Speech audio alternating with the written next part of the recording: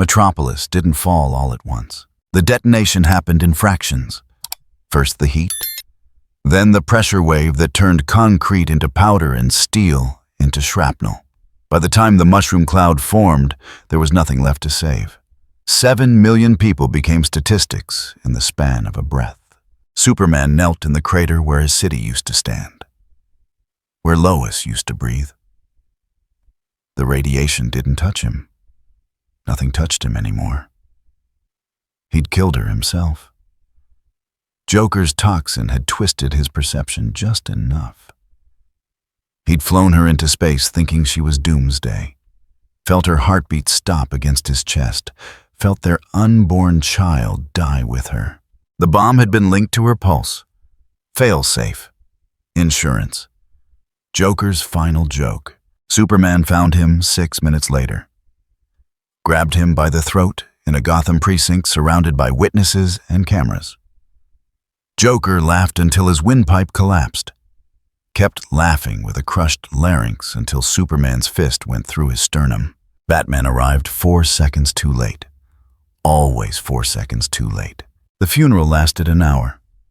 The regime lasted 5 years and counting. Superman didn't call it that. He called it order, called it peace, called it the hard choice that finally put an end to the cycle.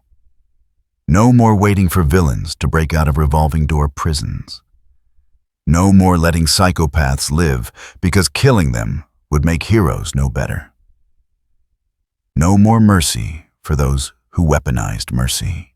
He divided the world into those who obeyed and those who burned. Most obeyed. The Justice League fractured. Wonder Woman stood beside Superman. She'd been saying it for years. Paradise Island didn't tolerate evil. Why should man's world Aquaman joined out of pragmatism? Atlantis required stability. Cyborg stayed because someone had to maintain the surveillance networks. Green Lantern left. Flash vanished. Hawkgirl chose neutrality. Batman chose resistance. The insurgency operated from shadows that grew thinner each month. Underground networks, encrypted channels, safe houses that lasted 3 weeks before orbital strikes reduced them to rubble. Batman recruited who he could. Harley Quinn unstable but committed. Green Arrow until a patrol found him. Black Canary. Lex Luthor, who supplied weapons not out of heroism, but because he refused to kneel. They weren't winning. They were surviving. Metropolis became the monument. Superman left the ruins untouched. Erected a single statue in the center where City Hall used to stand. Himself, cape billowing in permanent stone, hand outstretched. The plaque read, "Never again." He meant it. Regime patrols walked every street in every city. Drones tracked movements. Satellites watched from orbit. Superman appeared when called, sometimes when not called. He stopped bank robberies and interdimensional invasions with the same expression. Blank, efficient. A god who'd forgotten how to pretend he was human. Crime rates dropped 93%. Compliance rates hit 97%. The remaining 3% disappeared quietly. People called it peace. Batman called it a grave that hadn't realized it was dead yet. The world adjusted. Governments learned to cooperate or dissolve. The United Nations became a formality. Superman attended the sessions out of habit, sat in the back, said nothing. His presence was the only vote that mattered. Delegates proposed. He nodded or shook his head. Policy became binary. Gotham held out longer than most. Batman City. The regime couldn't crack it without leveling every block, and even Superman hesitated at that threshold. Autonomy in exchange for containment. Gotham kept its criminals inside its borders. The regime didn't ask questions about what happened in the dark. It was the closest thing to compromise either side offered. Years passed. The regime refined itself. Protocols replaced improvisation. Superman stopped making speeches. He didn't need to. The sight of him in the sky was enough. Children grew up knowing his shadow before they learned his name. Batman grew older, grayer. The insurgency's numbers dwindled, not from combat losses, but from exhaustion. People gave up, returned to their lives under regime rule. Some even meant it when they said it wasn't so bad. At least the world wasn't ending every other month. Batman didn't give up. He couldn't. Someone had to remember what they'd lost. Someone had to believe that the man who'd saved the world 100 times could still be saved himself. Superman stopped listening years ago. Wonder Woman told him once, "Grief makes mortals weak. You are not mortal anymore. Act accordingly." He did. The Watchtower became the nerve center. Regime officers coordinated strikes from orbit. Superman reviewed reports, authorized lethal force where necessary. Necessary became frequent. Frequent became default. The line between justice and execution blurred until even he stopped looking for it. Batman watched from below. Planned. Calculated. Searched for the variable that would shift the equation. A way to reach Clark. A way to remind him that Lois wouldn't have wanted this. He never found it. The world turned. Seasons changed. Wars that would have erupted stayed cold under Superman's gaze. Terrorist cells dissolved. Insurgent groups scattered. The regime declared victory 17 times. Each time Batman vanished before they could corner him. Each time he rebuilt from nothing. Stalemate, slow, grinding, neither side strong enough to end it. The world existed in the space between tyranny and collapse. Order maintained through fear, justice delivered through force. Peace that tasted like ash. Metropolis still stood empty. A wound that wouldn't close. Superman flew over it once each week. Landed in the crater. Stood where her grave would have been if there'd been anything left to bury. He never cried. Gods didn't cry.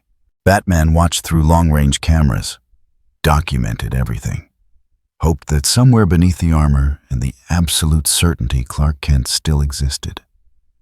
Still remembered what it meant to be human. Still capable of hearing reason. Hope was a luxury Batman couldn't afford. He carried it anyway. The regime didn't sleep. The insurgency didn't rest. The world turned on the axis of two men who used to be friends and now were something worse than enemies. The sky above Metropolis remained clear. Blue. Empty. Waiting for the next crisis that would never come because Superman had decided that prevention meant control, and control meant everything. It was Tuesday when the sky tore open. Nobody expected it. Not the satellites. Not the Watchtower sensors. Not the regime's early warning systems that had predicted every major threat for 3 years running. The fabric of reality split like old cloth, and something stepped through. The tear spread across 20 miles of sky. Not an explosion, not a portal, a wound. Reality pulling apart at the seams, edges glowing rose-pink like infected tissue. The light had weight, substance. It pressed down on Metropolis's ruins until dust that hadn't moved in years began to shift. Regime drones registered the anomaly 3 seconds after manifestation. Flight patterns destabilized. Navigation systems spun coordinates that couldn't exist. Electronic compasses pointed everywhere and nowhere. One drone attempted to transmit telemetry. Its signal degraded into static halfway through the word unknown. The Watchtower's alarm screamed across 16 frequencies. Black Goku emerged without ceremony. One moment the rift hung empty. The next boots touched rubble where a street corner used to be. He didn't fall. Didn't descend.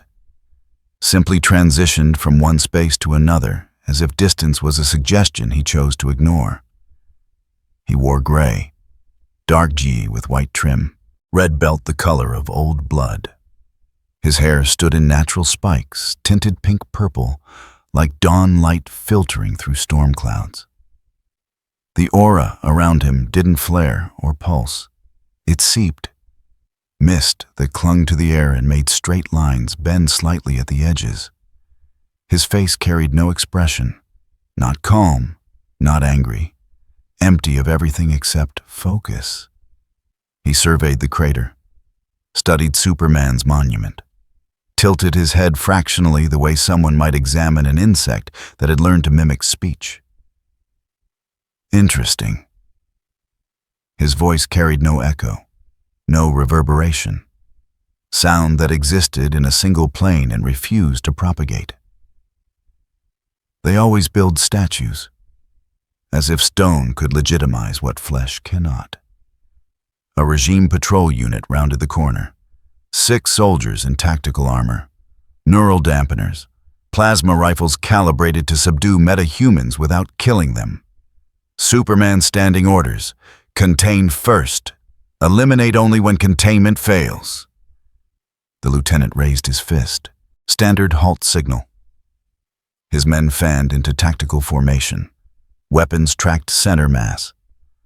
The lieutenant's voice came through external speakers, amplified and stripped of humanity by the processing. Unidentified individual. You are in violation of regime airspace.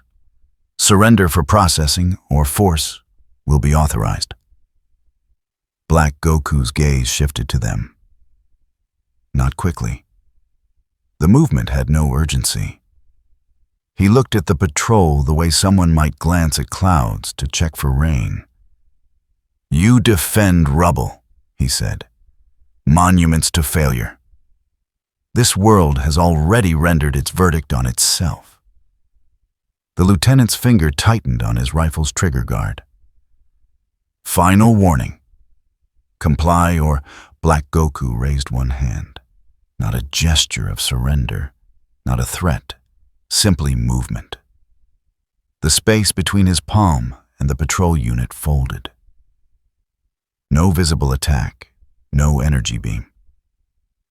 Reality compressed into a line too thin to contain 3 dimensions. The lieutenant and his squad were there. Then they weren't. The compression released. What remained painted the rubble in patterns too scattered to identify. 3 soldiers had been standing beyond the compression point. They stared at where their unit used to be. One dropped his rifle. Another vomited inside his helmet. The 3rd ran. Black Goku watched them go, made no move to pursue. Tell your god, he said to their retreating backs. Tell him a real one has arrived. The rift above pulsed. Not closing, breathing. Pink light washed across the ruins in waves that made shadows point the wrong direction. The regime's surveillance network struggled to process the data. Cameras recorded impossible angles. Sensors registered energy signatures that violated thermodynamic laws. In the watchtower, Wonder Woman stood before the primary monitor. Superman's feed showed Metropolis from orbit. The tear in reality. The figure standing in its shadow. What is that? Cyborg's voice came through comms. His systems were running diagnostics on loop, rejecting their own conclusions. Unknown. Wonder Woman's hand rested on her sword hilt. But it killed a squad without touching them. Energy signature? None that registers. Space-time distortion. Localized reality manipulation. Victor, this isn't meta-human. Superman's voice cut through the channel. Flat. Final. I'm going down. Clark, wait. The feed went dark. He'd already left. Black Goku stood motionless in the crater's center. The monument cast no shadow. The light from the rift overhead rendered everything in shades of rose. He studied the plaque at the statue's base, read the words carved into stone. Never again. Empty promises, he said to the silence. Mortals always make them, always believe them, never learn. The air pressure changed, displacement from something moving faster than sound. Black Goku didn't turn, didn't tense, simply stood and waited. Superman touched down 30 feet away. His cape settled slowly despite the lack of wind. His expression carried the weight of 5 years ruling through fear.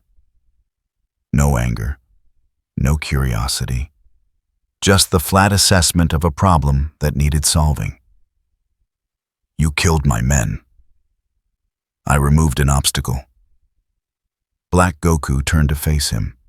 His posture remained loose, unthreatened. You are Superman, the one who broke. Leave. Now, or I'll make you leave. Threats. Black Goku's lips curved slightly. Not a smile. An acknowledgement of pattern recognition. Always the first response, never the last. Tell me, Kal-El, when you killed the clown, did you believe it would end there? Superman's jaw tightened. I gave you a warning, and I am giving you understanding. Black Goku gestured to the ruins, to the monument, to the sky where the watchtower hung in silent orbit. This world already died. You simply haven't buried it yet. You impose order on a corpse and call it resurrection. You know nothing about this world. I know mortality. I know what happens when imperfect beings claim perfect authority. Black Goku's aura thickened. The mist became fog. Pink light that made Superman's red cape look brown. I have seen it in 1,000 worlds. The pattern never changes, only the scale of the failure. Superman moved, not flying. Closing distance in a single step that shattered the sound barrier retroactively. His fist aimed for center mass. Speed and strength meant to end the conversation through unconsciousness. Black Goku's hand intercepted the blow, palm to knuckles. The impact created a shockwave that flattened ruins for 2 blocks. Superman's eyes widened fractionally. His fist, which had punched through Kryptonian warships, had stopped completely. Adequate force, Black Goku said.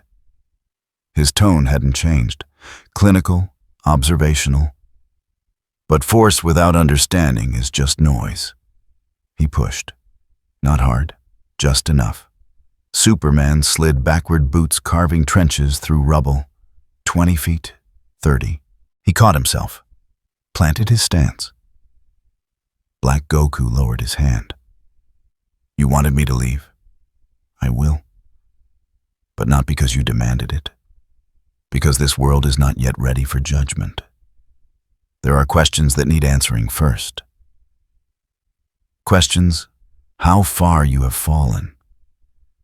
How much you believe your own justifications. Whether you even remember what you were before you decided fear was love. Black Goku tilted his head again. That same insectile curiosity. I wonder if you can still hear the screams, or if you have convinced yourself they were necessary. Superman's heat vision ignited. Red light that could cut through mountains. The beams lanced toward Black Goku's head. Black Goku didn't dodge. The beams bent, curved around him like water flowing around stone. They struck the monument behind him, melted Superman's own statue at the shoulders. Stone head toppled and shattered. Fitting, Black Goku observed. Superman launched himself forward again. This time he wasn't testing. Punches came in combinations, each one faster than the last, each one capable of pulverizing steel. Black Goku moved between them, not blocking, not countering, simply existing in the spaces where the attacks weren't. His hands stayed at his sides. You have forgotten how to fight, Black Goku said. You have only remembered how to bully. A punch grazed his shoulder. Just barely, contact for a fraction of a second. Black Goku stopped moving, looked down at where Superman's knuckles had touched cloth. Better, he said. Perhaps you are not completely lost. He moved. For the first time since arriving, he actually moved with intent. His fist drove into Superman's solar plexus. Not fast, not trying to blitz, just precise. Superman folded around the impact, coughed air, staggered backward. That hurt you, Black Goku noted. Good. Pain is educational. Superman straightened, blood at the corner of his mouth, first time in years. His eyes narrowed, the blank efficiency cracked. Underneath rage. Old Ray. The kind that had been waiting for permission. Now you are feeling something, Black Goku said. Now we begin. But he didn't press the advantage. Instead, he turned, walked 3 steps, raised his hand again. The air split, another tear, smaller than the first, just large enough for a man to step through. I will return, Black Goku said without looking back. When you have had time to consider what you have built. When you are ready to hear what you already know. I'm not done with you. You are not equipped to be done with me. Black Goku paused at the threshold. Pink light outlined his silhouette. But you will be. Eventually. Mortals always escalate. It is their only consistent quality. He stepped through. The rift sealed behind him. No trace remained except the bent light and the melted monument and Superman standing in a crater that suddenly felt much larger. The Watchtower's comms exploded with voices. Wonder Woman demanding status, Cyborg asking for readings, Flash, who had been monitoring from a safe distance, wanting to know what the hell just happened. Superman touched his jaw, felt the swelling, looked at his statue now, headless. He didn't respond to any of them. In the Batcave, 3,000 miles away, Bruce Wayne sat before a wall of monitors. One screen showed the satellite footage. Another displayed the energy readings.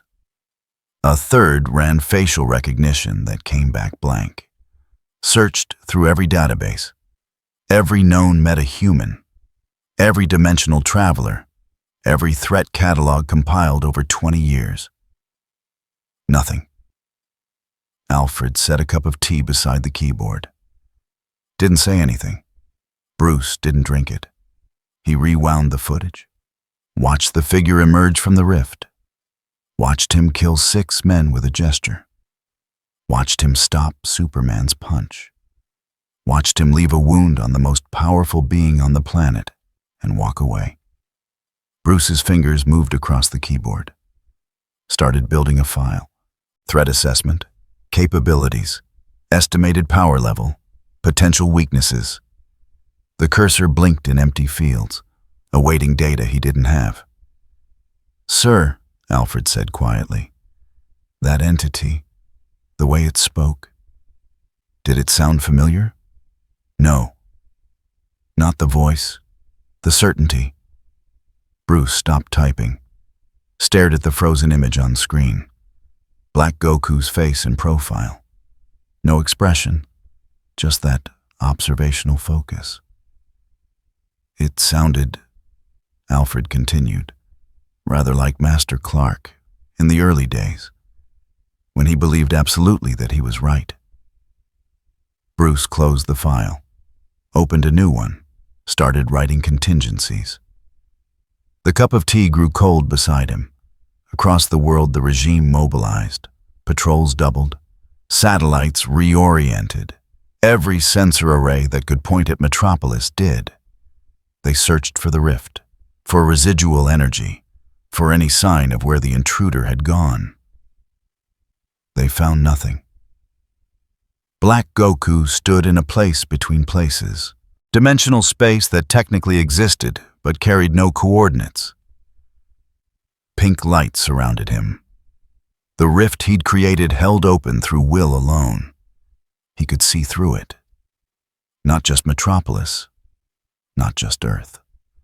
The entire world spread before him like a dissected specimen. He watched cities under regime control, saw patrols, compliance, order maintained through omnipresent threat. He watched the insurgency's scattered cells. Desperation, futility, resistance that achieved nothing except its own continuation.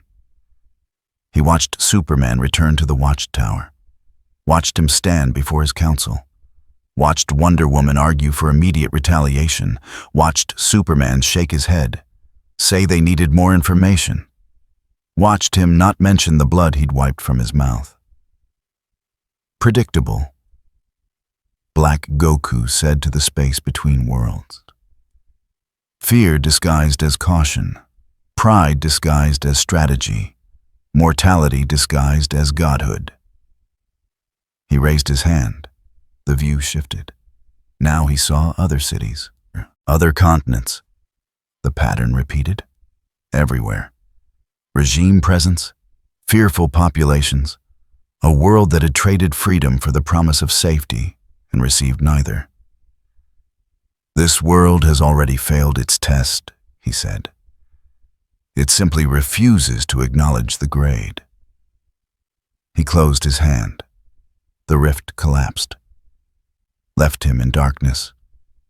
When he opened his eyes, he stood in a different place.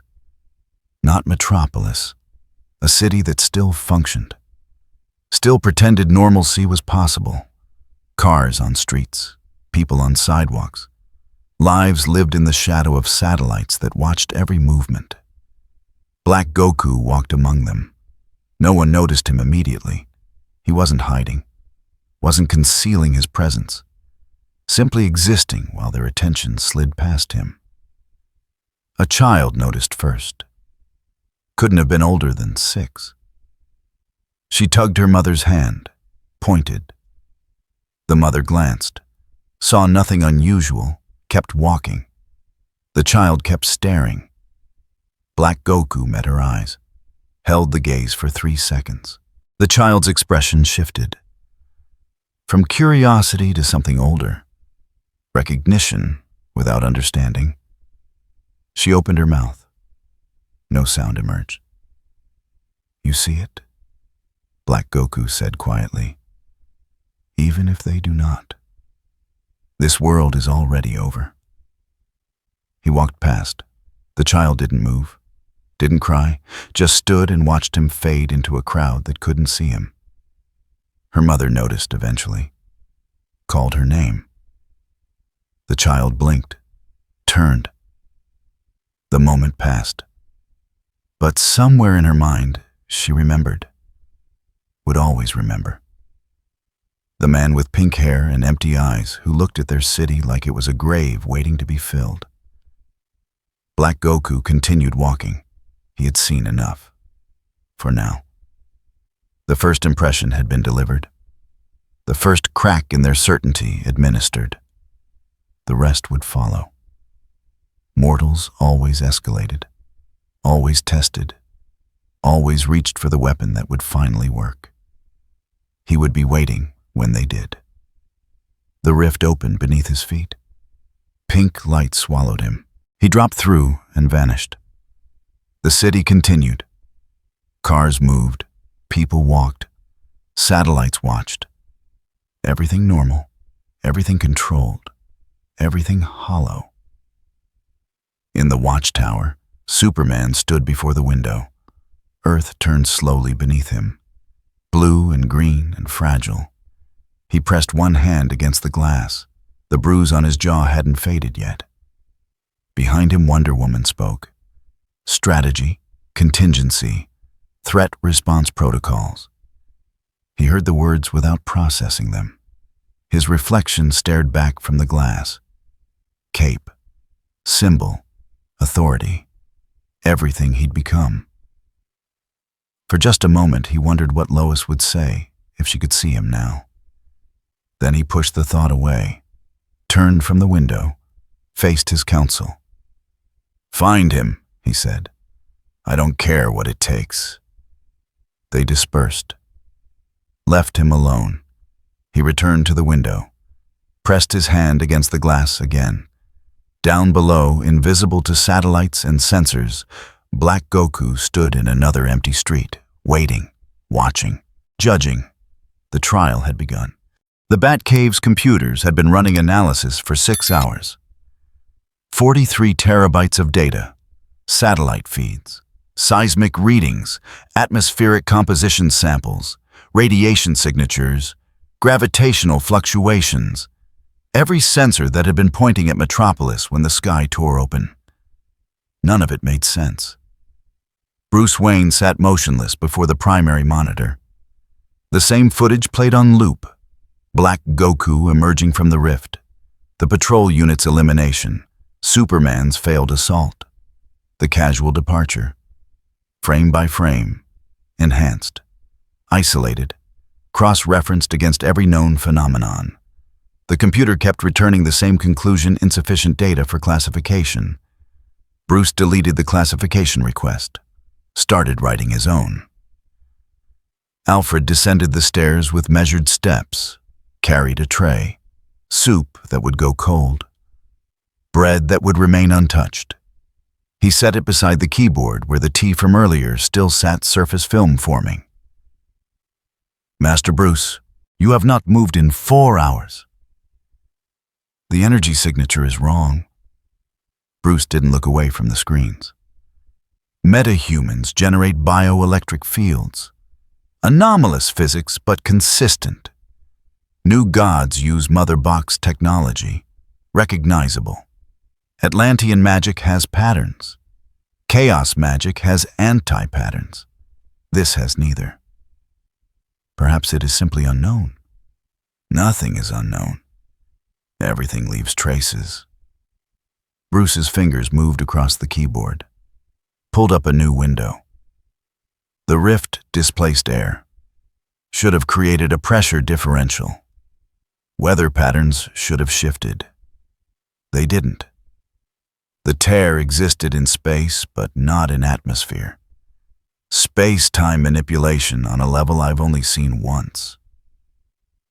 When Flash. When he breaks the time barrier. Bruce pulled up another file. Compared waveforms. But Barry generates a temporal wake. Chronal particles, tachyon emissions. This entity left nothing. Just the wound in reality and residual energy that degrades faster than I can measure it. Alfred picked up the cold tea, replaced it with the soup. And Master Clark's response, predictable. He treated it as a physical threat. Tried to intimidate. When that failed, tried to dominate. Bruce's jaw tightened. He didn't ask questions, didn't assess, just attacked. 5 years of ruling through strength, and he's forgotten that some problems can't be punched. He was injured. First time since he killed Joker. Bruce froze the footage on Superman's face. The moment of impact. The fractional widening of his eyes. Shock. Clark hasn't felt pain in years. He's built an empire on invulnerability. One punch shattered that assumption. Is that not advantageous for the insurgency? Bruce didn't answer immediately. His fingers hovered over the keyboard. Then he pulled up another window. Audio analysis. The entity's voice. Isolated. Cleaned. Enhanced. "Play this," he said. The speakers carried Black Goku's words, stripped of ambient noise, pure, clinical. You impose order on a corpse and call it resurrection. Alfred's expression shifted. Subtle. Years of service let Bruce read it anyway. Discomfort. Recognition. He sounds, Alfred said slowly, rather convinced of his position. Not convinced, certain. Bruce played another clip. Listen to the pacing, no hesitation, no doubt. He's not arguing a philosophy. He's stating observed fact. The way someone might note that water is wet. What did he observe? Us. Them. This world. Bruce closed the audio file. Opened tactical assessments. He called it a failure. said mortality's pattern never changes. Spoke about Superman like he'd seen 1,000 variations. Bruce's voice dropped lower. He wasn't threatening conquest. He was conducting an evaluation. Of what? Whether we deserve to continue existing. The cave fell silent, except for the computer's cooling fans. Water dripped somewhere in the darkness. The sound echoed off stone walls that had witnessed decades of planning. Contingencies upon contingencies, responses to every conceivable threat. Bruce had no response prepared for this. The energy readings are wrong, he said again. Not just unknown, wrong. They violate conservation of mass, break thermodynamic equilibrium. The rift he created shouldn't be possible without exotic matter. He generated it from nothing, or from something we can't detect. Magic. Magic follows rules. Chaotic rules, but rules. Zatanna's spells obey inverted causality. Constantine's contracts require equivalent exchange. Even fate's cosmic balance operates on principles. Bruce pulled up the space-time distortion readings. This doesn't follow rules. It rewrites them locally. Reality manipulation on a conceptual level.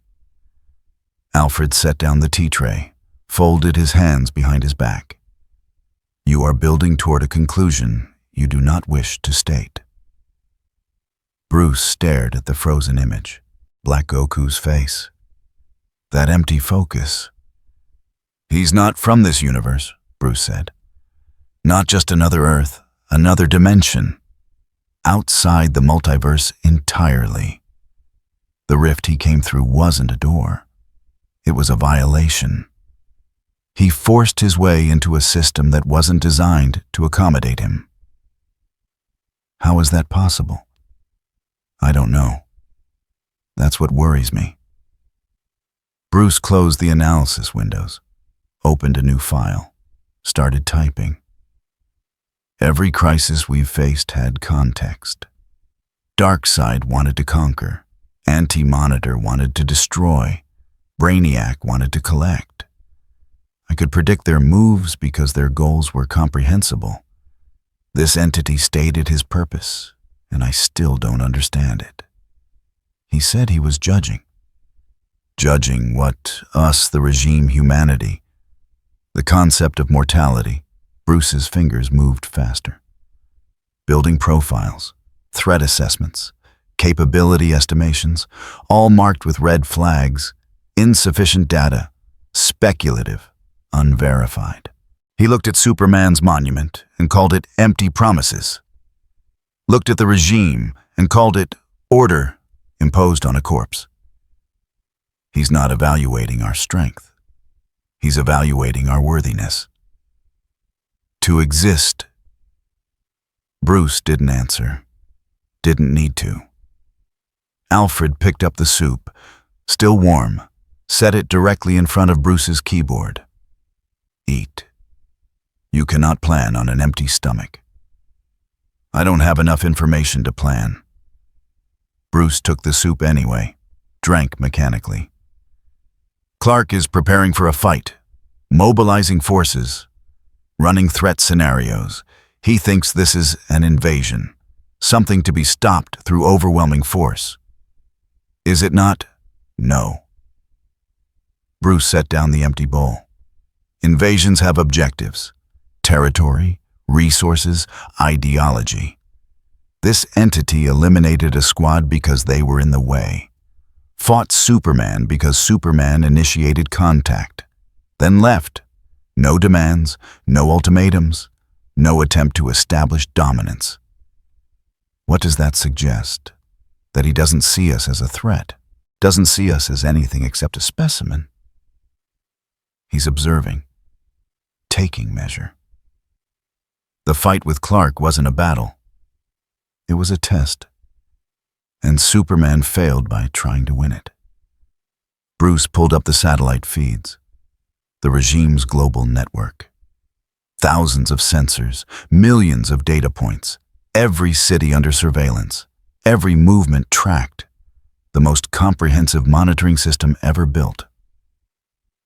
Clark will find nothing, Bruce said. This entity doesn't hide. He's just existing in spaces our systems can't perceive, like trying to photograph a thought. Then how do you locate him? I don't. Bruce closed the satellite feeds, opened a different database, historical records, crisis archives, incidents involving dimensional breaches, reality manipulators, cosmic entities. Autumn. I accept that conventional tracking is useless. Start looking for secondary indicators, anomalies, places where the pattern breaks. His fingers paused over one file, the Green Lantern Corps database, partially corrupted. Half the records were locked behind clearances he no longer had. But one entry remained accessible. The Guardians, Bruce said. They documented reality breaches, Omega-level entities, threats that required sealing rather than fighting. He opened the file, scrolled through dense text, technical terminology, metaphysical classifications. There's a category. Existential hazards. Not beings that want to conquer. Beings whose existence threatens baseline reality. They call them conceptual violators. Alfred leaned closer. Is that what we are facing? Maybe. The description matches. Entity that operates outside standard causality. Impossible to contain through conventional means. Requires isolation rather than elimination, because killing them creates a worse problem. Bruce highlighted a passage. The Guardians developed protocols, not fight them, redirect them, make them choose to leave. How does one redirect a god? By making them conclude their presence is unnecessary. Bruce closed the file, stared at the blank screen. If he's judging us, we need to understand the criteria. What is he measuring? What would make him decide we're not worth erasing? Perhaps that is not his intention. Then, what is... Bruce turned to face Alfred. He called Superman broken, called the regime a corpse, said we'd already failed. Those aren't observations, they're verdicts. He's already decided. Now he's just confirming. Confirming what? Bruce didn't answer. Turned back to the computers, started a new search. Pulled every instance of the entity's dialogue, isolated keywords, built a semantic map, mortality, failure, pattern, imperfect, authority, corpse, judgment. The words formed a constellation, a thesis. He thinks we're a mistake, Bruce said quietly. Not evil, not corrupt, just fundamentally flawed. And he's gathering evidence to justify correction. Correction. Extinction. The cave fell silent again, heavier this time, the weight of recognition settling.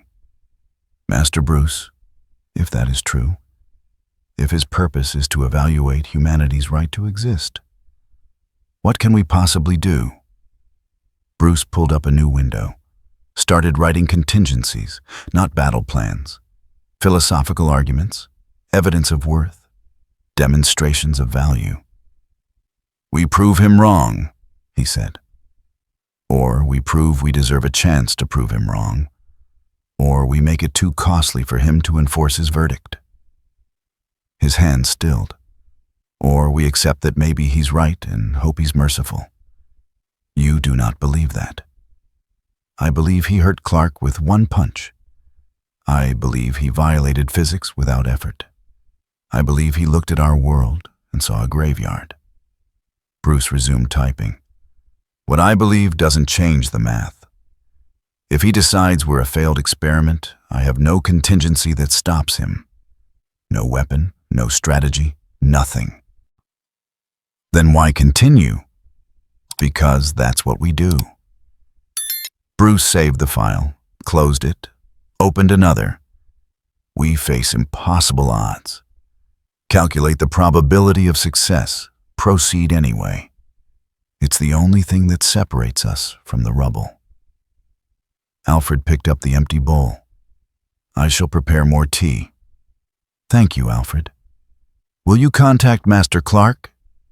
Bruce hesitated, looked at the regime's communication channels. Encrypted, monitored, compromised. No, he said finally. Clark is preparing for a war. I'm preparing for a trial. Our strategies are incompatible. He is stronger than you. Strength won't help. This entity stopped Clark without effort. Raw power isn't the answer. Bruce pulled up the footage again. Black Goku's departure. The way he'd simply opened a rift and stepped through. He said he'd return when we were ready to hear what we already know. That's the variable, not strength. Understanding. Understanding of what?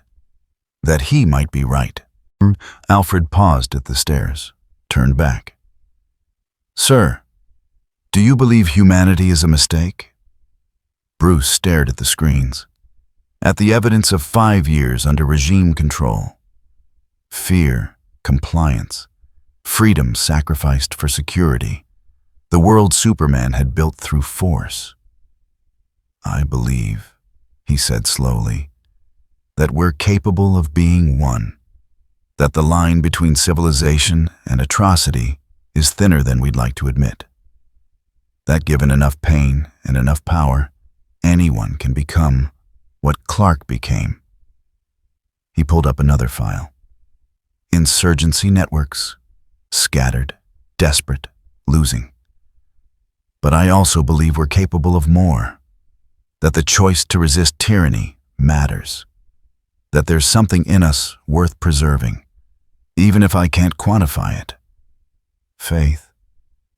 Evidence, Bruce corrected. I've seen people risk everything for nothing but principle. Watched them die rather than submit. That has to mean something. Has to be worth something. His voice hardened. And if this entity disagrees, if he looks at our capacity for nobility and dismisses it because we also have capacity for atrocity, then he's not judging fairly. He's just executing according to predetermined conclusion. Can you convince him of that? I don't know.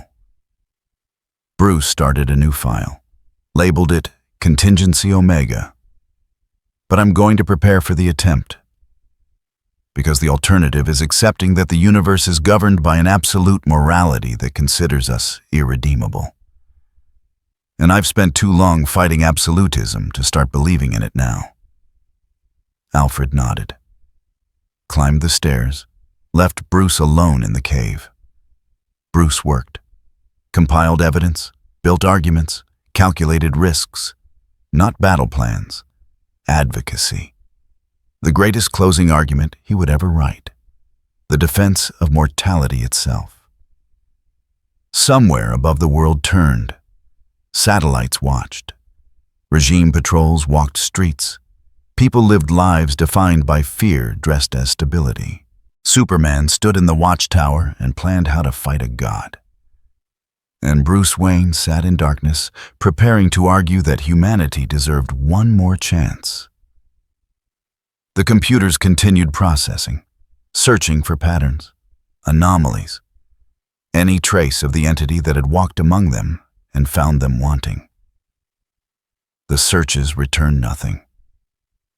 Black Goku existed in the spaces between detection, watching, waiting, gathering more evidence for a verdict already written. In the cave, Bruce's fingers never stopped moving, writing, deleting, refining, building the case. Not for victory, for mercy. The difference mattered, even if he was the only one who knew it yet. The first rift opened over Gotham at 3 a.m. No warning, no build-up. Reality split like rotten fabric, and pink light bled across the east end. Regime sensors caught the distortion 2 seconds after manifestation. By the time the alert reached the watchtower, Black Goku had already stepped through. He stood on a rooftop, looked down at streets that never truly slept. Gotham operated in defiance of Superman's order. Too chaotic to control, too entrenched in its own darkness to submit, the regime had stopped trying to fix it, just contained it, let it rot behind its borders. Black Goku watched a mugging in progress. 3 men, 1 victim, predictable violence. The victim handed over his wallet. The muggers took it and kept beating him anyway. Because they could. Because that's what Gotham did to people. He didn't intervene. 2 blocks away, another rift opened. Then another. 3 more across the Narrows, 4 in the Diamond District. Pink light multiplied across the city like infection, spreading through tissue. The Batcave's alarms screamed. Bruce lunged for the monitors, saw the rifts, counted them. 7, 9, 12. Still growing. Alfred, full lockdown, now. The cave sealed. Reinforced doors, electromagnetic shielding. Every defense Bruce had built. In 20 years activated simultaneously. On screen, the rifts continued spreading. Not just Gotham. Metropolis, Central City, Coast City, Star City, Keystone, Detroit, Chicago, Los Angeles. 43 rifts across 17 cities. From each one a figure emerged.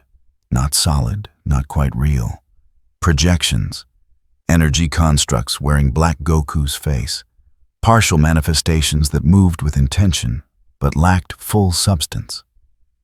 They walked into the streets, stood in intersections, observed.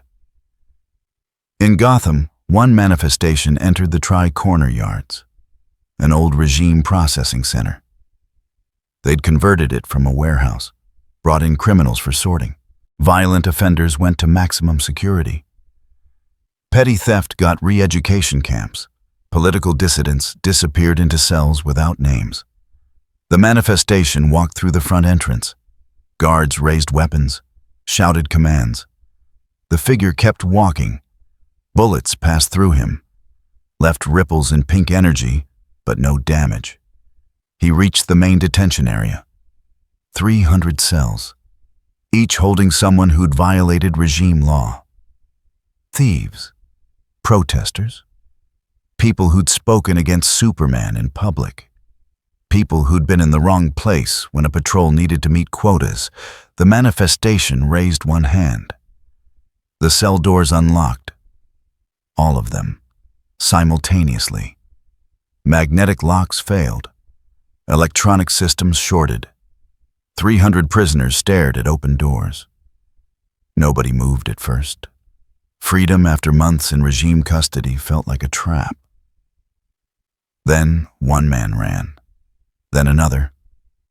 Then everyone. The guards tried to contain them, failed, overwhelmed by numbers. The manifestation watched the chaos, studied it the way a scientist might observe bacteria in a petri dish, then walked back toward the exit.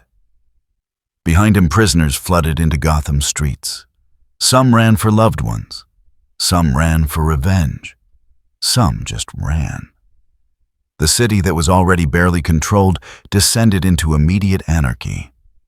Similar scenes played across 17 cities, regime installations targeted with surgical precision.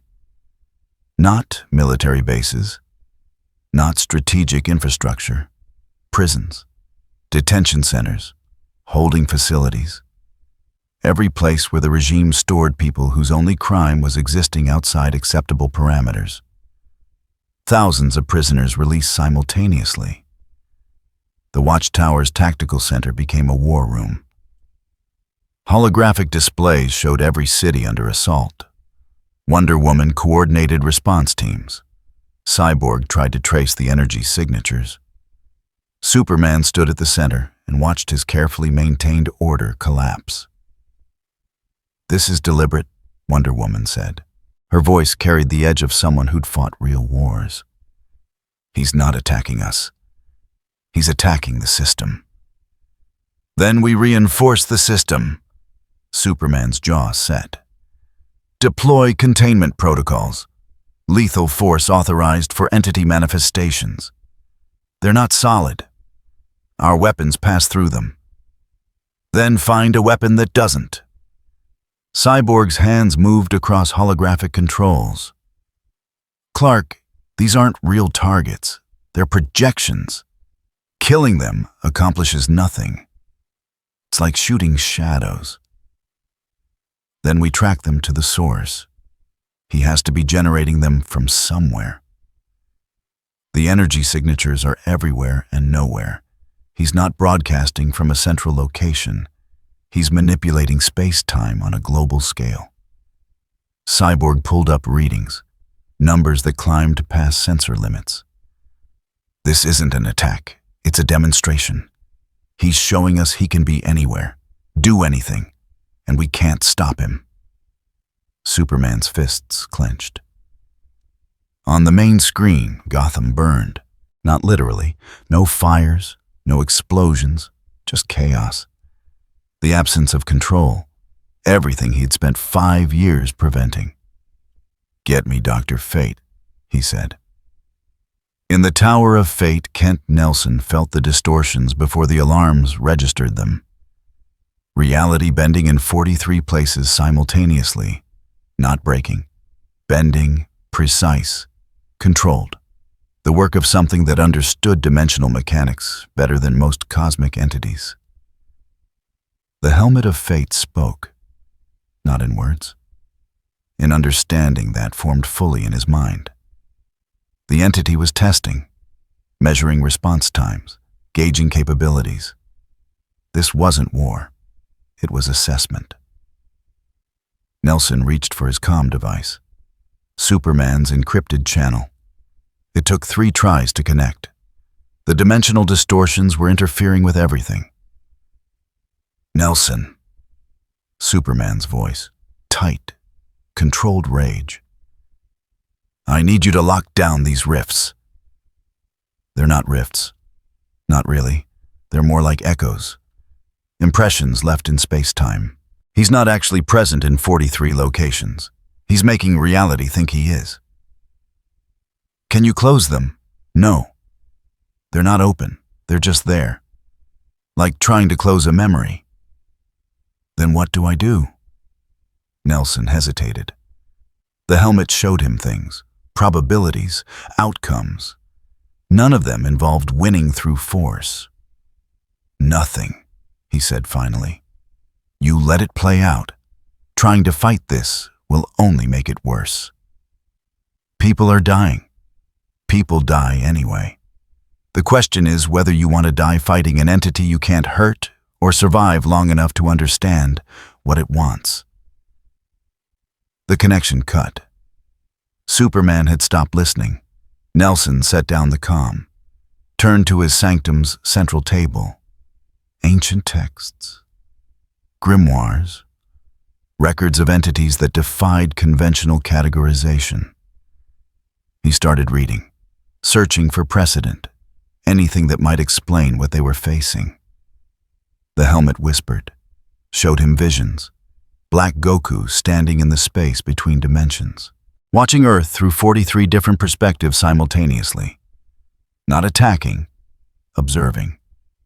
Taking notes on a cosmic examination that humanity was failing. In Metropolis, a manifestation entered the Monument Plaza. Stood before Superman's headless statue, tilted his head, the same insect-like curiosity from before. A regime patrol surrounded him. 20 soldiers, heavy weapons. One carried a device that Cyborg had rushed into production. Dimensional stabilizer. Theoretical technology meant to solidify energy constructs into targetable matter. The lieutenant activated it. Reality around the manifestation compressed, tried to force coherence. For 2 seconds it worked. The projection became almost solid, almost real. Then Black Goku looked at the device. Just looked. The stabilizer overloaded. Circuits melted. The soldier holding it dropped the smoking wreckage. The manifestation spoke. Its voice carried less weight than the original, thinner. But the words were the same. You build tools to fix symptoms. Never address the disease. Surrender or we open fire. Fire then. Observe how it changes nothing. They fired. Plasma bolts, armor-piercing rounds, energy weapons calibrated for meta-human targets. Every shot passed through, left ripples, no damage. The manifestation walked between them, reached the statue, placed one palm against its base. Pink energy spread across the stone, not destroying, analyzing, reading the monument like a book. Fear dressed as strength, the manifestation said. Control dressed as peace, failure dressed as divinity. It removed its hand. This world has remarkable consistency in its delusions. The patrol fired again, uselessly. The manifestation turned and walked away, faded gradually, not vanishing, just becoming less relevant to reality until reality stopped acknowledging him. The lieutenant reported failure. Cyborg added it to 42 similar reports. Batman watched from the Batcave. Every manifestation, every target. The pattern was clear now. Black Goku wasn't attacking infrastructure, wasn't hunting heroes, wasn't conquering territory. He was dismantling the illusion of control. Every prison he opened, every patrol he humiliated, every weapon he rendered useless. Each action served the same purpose, demonstrating that the regime's power was conditional, temporary, built on assumptions that could be violated by anyone with sufficient capability. Bruce pulled up a map, marked every manifestation location, drew lines between them. The pattern formed a web, not random, geometric, precise. Every target chosen to maximize symbolic impact while minimizing actual casualties. He was making a point, not through destruction, through revelation. Alfred descended the stairs, carried nothing this time, just stood beside Bruce and watched the chaos unfold across multiple screens. He is not killing anyone, Alfred observed. He doesn't need to. He's proving they're already dead. That the order Superman built is just a performance. Remove the props, and it collapses immediately. On-screen, Gotham descended further into chaos. The released prisoners had scattered, some peacefully, others not. Regime forces struggled to restore order without the usual overwhelming force. Superman had authorized lethal responses, but the targets were ghosts. You couldn't intimidate something that wasn't really there. This is psychological warfare, Bruce said. He's not fighting us. He's making us fight ourselves, exposing every weakness, every fault line, every place where the system only works because nobody's tested it. To what end? Evidence. He said he was judging. This is how. Put pressure on the structure. See what breaks. Document the failure. Bruce's hands tightened on the armrests. He's writing a thesis. We're the data. In Star City, a manifestation stood before a regime recruitment center. Watched young people file inside, volunteers, true believers, people who'd bought the narrative that Superman's way was the only way to prevent another metropolis. The manifestation spoke. Not to them, to the air, to whoever was listening through whatever means he used to gather data. They volunteer for their own oppression. Call it patriotism. Dress servitude in virtue. A pause. Fascinating. The self-deception is almost elegant. He walked away. The recruitment continued. Nobody inside had heard him. Or if they had, they'd dismissed it as audio malfunction. Static in the speakers. Nothing important. The manifestations continued their work. Not violence. Observation. They stood in bread lines, watched regime propaganda displays, documented compliance checkpoints, recorded every small surrender, every compromised principle, every normalized atrocity. By dawn, they began to fade. Not all at once. Gradually, one by one. The rifts closed. Pink light withdrew. Reality reasserted itself. The damage wasn't structural. No buildings destroyed. No infrastructure compromised. Just 43 cities in chaos. Thousands of prisoners loose. Regime forces exhausted. Superman's carefully maintained order revealed as exactly what Black Goku had called it. A corpse that hadn't been buried yet. In the watchtower, Superman stood before the window. Watched Earth turn beneath him. Fires in 7 cities. Not literal fires. Just chaos. Disorder. The thing he'd spent 5 years preventing. Wonder Woman approached, stood beside him, said nothing at first. Then, "He's toying with us." No. Superman's voice was flat, emptied of emotion through pure force of will. "He's proving a point. That our strength is conditional. That control is illusion. That everything we've built can be undone by anyone who doesn't respect the rules. Then we make him respect them. How every weapon passed through him. Every strategy failed. We couldn't even track him." Superman's jaw tightened. "He's not stronger than us. He's just unconcerned.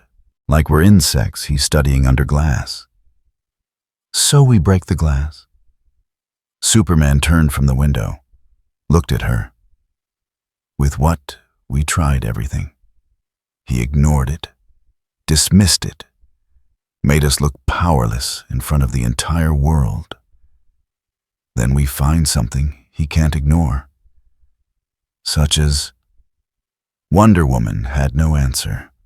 Superman turned back to the window, watched chaos spread, watched his empire fray at every edge simultaneously. In the Batcave, Bruce closed the monitoring programs. He'd seen enough. The message was clear. Black Goku had capabilities that made resistance pointless, made defiance meaningless, made Superman's entire power structure look like children playing pretend. But he'd also revealed something. A methodology. He wasn't random, wasn't cruel for cruelty's sake. Every action served a purpose, building toward some conclusion that remained unclear. Bruce opened Contingency Omega again, started writing. The defense of mortality would need to be perfect, because the judge had just demonstrated he could dismantle their world without throwing a single punch. Somewhere in the space between spaces, Black Goku stood alone, watched Earth through perspectives that human comprehension couldn't process. Reviewed the data collected by 43 manifestations, compiled observations, drew conclusions. His expression never changed. Clinical, analytical, empty of everything except focus. The test was complete. The verdict was forming. One more variable remained to examine. How they would respond when given time to reflect on their failure. The next rift would open when that question had an answer. He closed his eyes, waited, watched humanity choose its own fate without realizing it had already been decided. 72 hours after the manifestations faded, Superman found him. Not through technology, not through surveillance, through the oldest method available. He stood in Metropolis and waited, stood where the monument used to be before Black Goku melted it. stood in the center of the crater where his wife died, where his city burned, where everything that made him human turned to ash. He waited 6 hours, didn't move, didn't speak, just stood and let his presence be a challenge that couldn't be ignored. The sky didn't tear this time. Black Goku simply appeared. One moment the air was empty, the next he was there, 10 feet away, standing on rubble that should have shifted under his weight but didn't. Physics treating him like a suggestion it chose to accommodate. "You called?" Black Goku said. I answered. "This is progress." Superman's fists clenched, unclenched, stayed at his sides. "We need to talk." "No, you need to fight." Talking implies willingness to hear answers you dislike. Black Goku's head tilted. That same clinical observation. "But I will indulge you. Speak." "What do you want?" "Nothing." Want implies lack. I lack nothing. "Then why are you here?" "To confirm what I already suspected." Black Goku gestured to the ruins, to the city beyond, to the sky where the watchtower hung in orbit. This world is a controlled experiment that forgot it was supposed to have variables. You removed chance, eliminated choice, created order through the absence of alternatives. I am here to document the inevitable result. Superman's jaw tightened. You released thousands of prisoners, caused chaos across 17 cities, humiliated my forces. That's not documentation. That's attack. No, that was measurement. I applied pressure, observed where the structure failed. Your forces were not humiliated. They were revealed. The chaos was not caused. It was uncovered. I changed nothing except the visibility of what already existed. People died. People were always dying. You simply preferred when they died in ways you could predict. Black Goku's eyes narrowed slightly. Tell me, Kal-El, how many have died in your prisons? How many in your re-education camps? How many disappeared into cells without trials?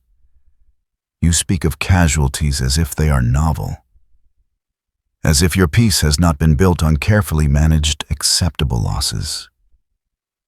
I did what was necessary. So does every tyrant. The word necessary is mortality's favorite lie. It transforms atrocity into policy, makes the unthinkable routine.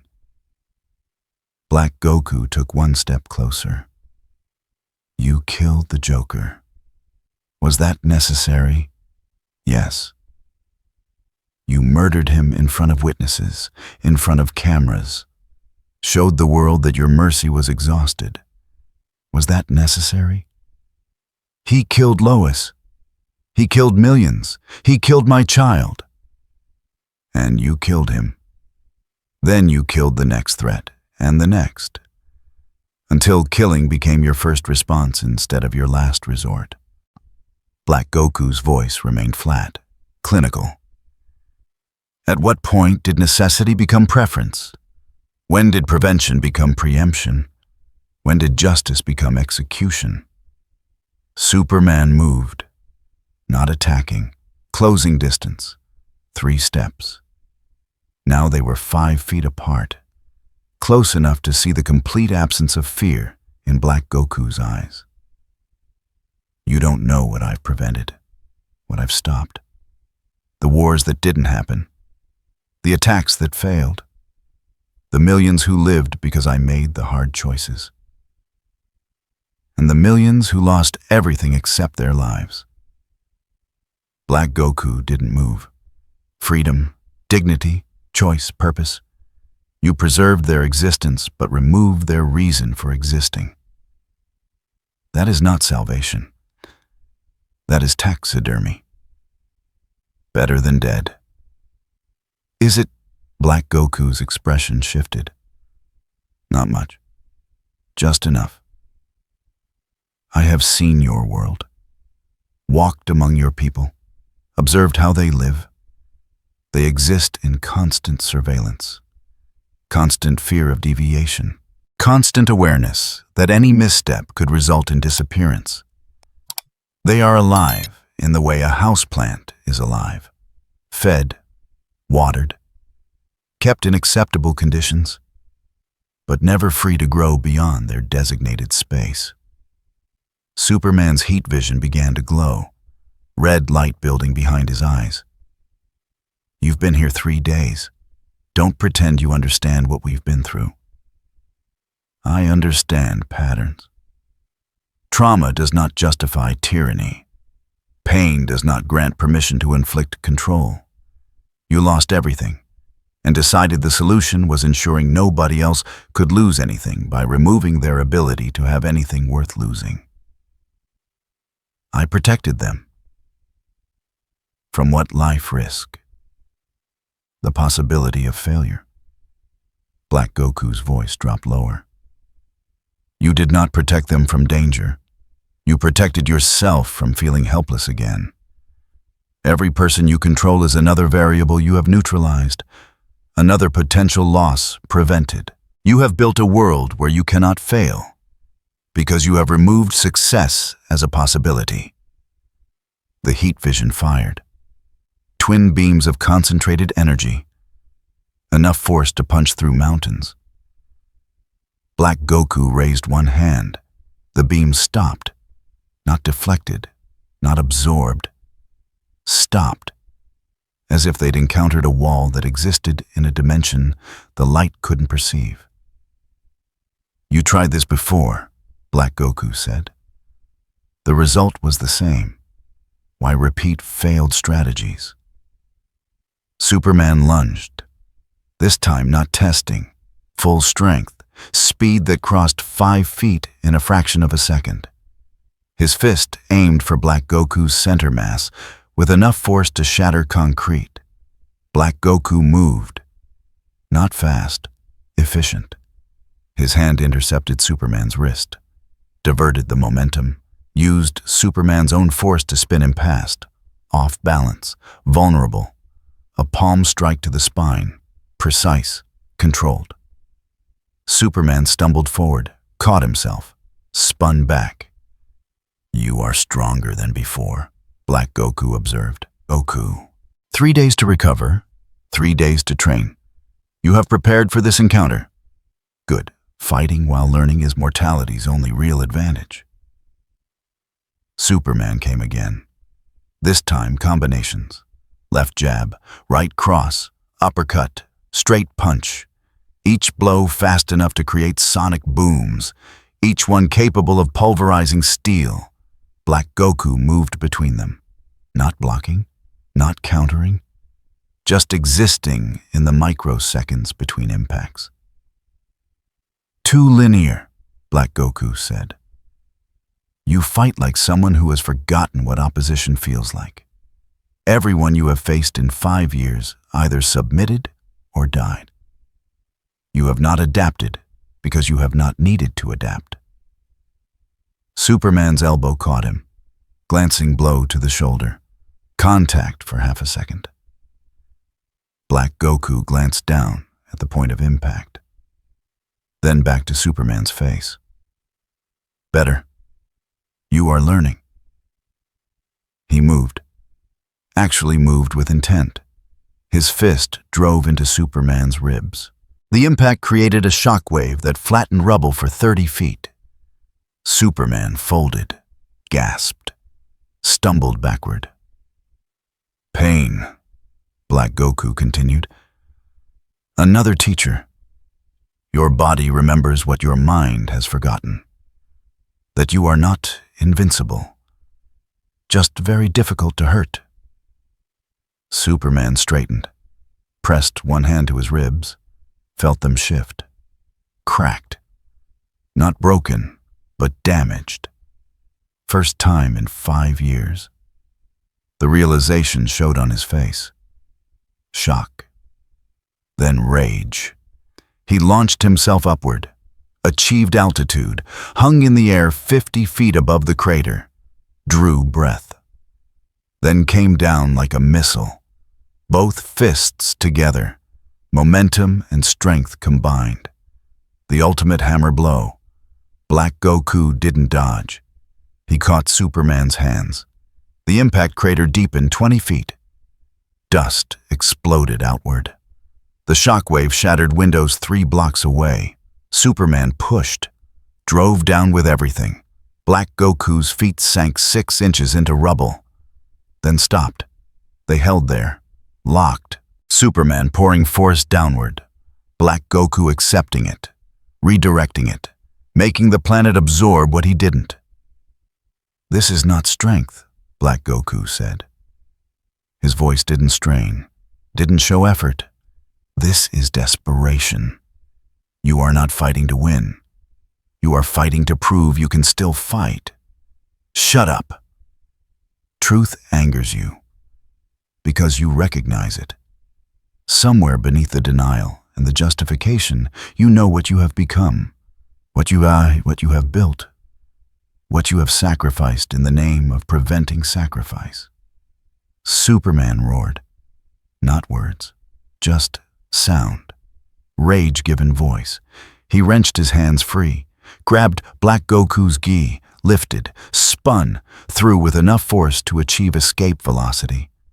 Black Goku's body became a projectile, tore through the air, impacted a building 8 blocks away.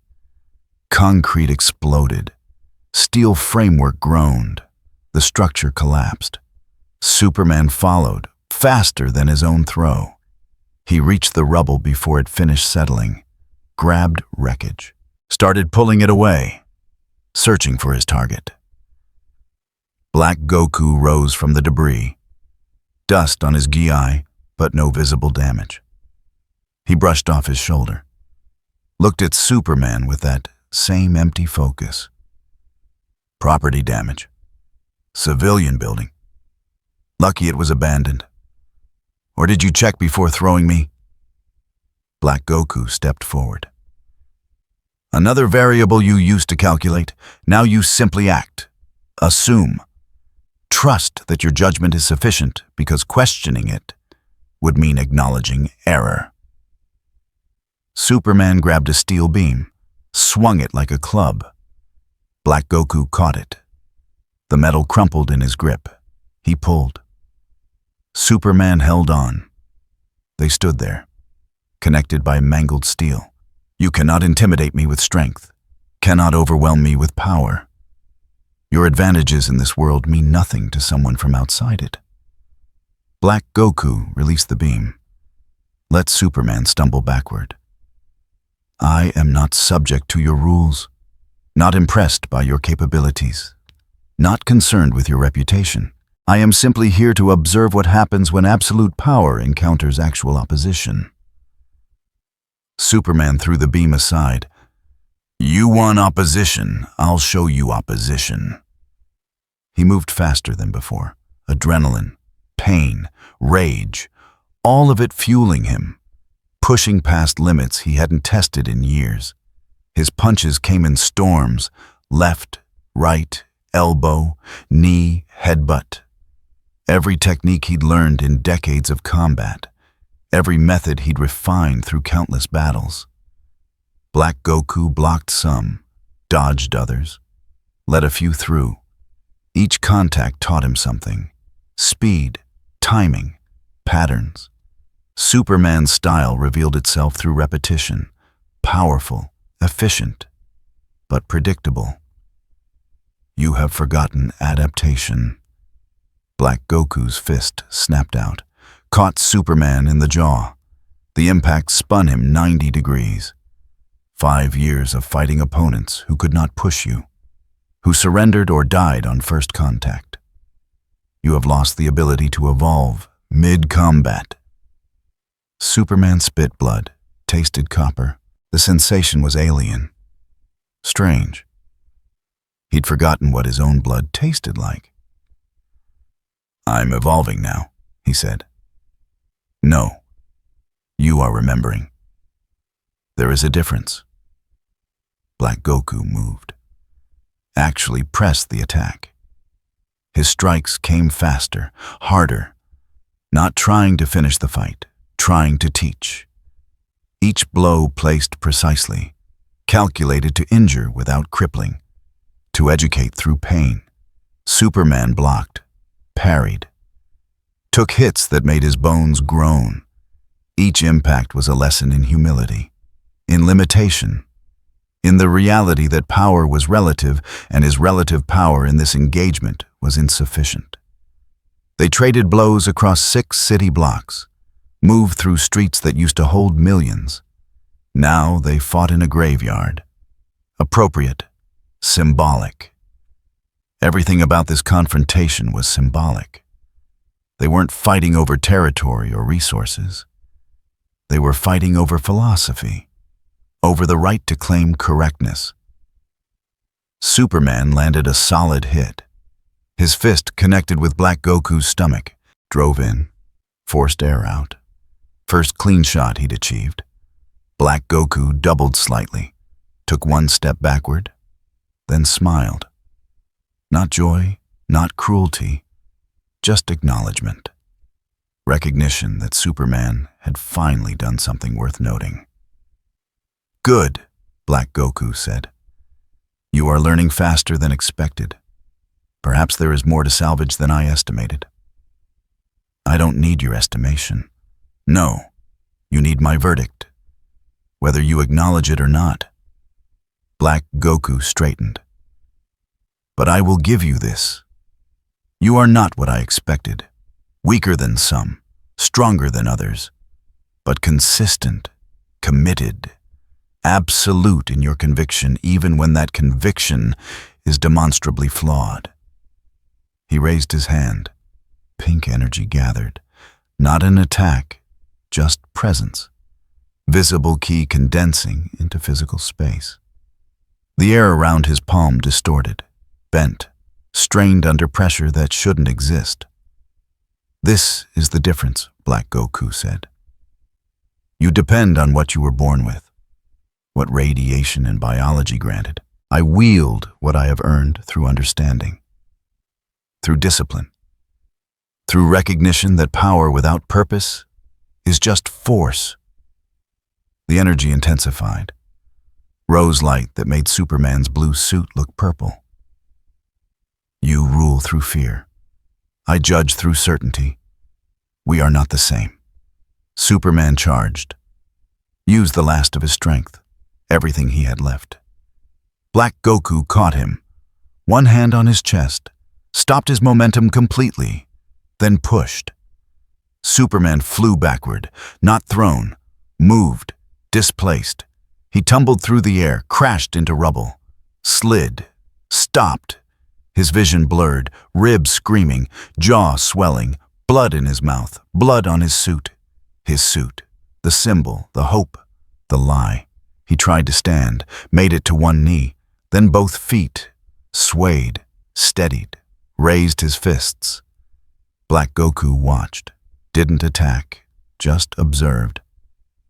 "Still standing," he said. "Admirable. Futile, but admirable. I won't stop. I know. That is mortality's defining characteristic. Refusal to accept impossibility even when standing in its presence." Black Goku lowered his hand. The energy dissipated. "But this engagement has served its purpose. I have gathered sufficient data, observed sufficient patterns. You have demonstrated what I needed to see." "What's that? That you will fight until destroyed. That you genuinely believe your path is correct. That no amount of evidence will change your conviction." Black Goku turned slightly, looked at the watchtower hanging overhead. "You have built an empire on certainty. Eliminated doubt through force. Created a world where questioning your judgment is equivalent to treason. And you stand here beaten and bleeding, still convinced you are right." Superman said nothing, had no response. Every word would prove Black Goku's point. "I will return," Black Goku said.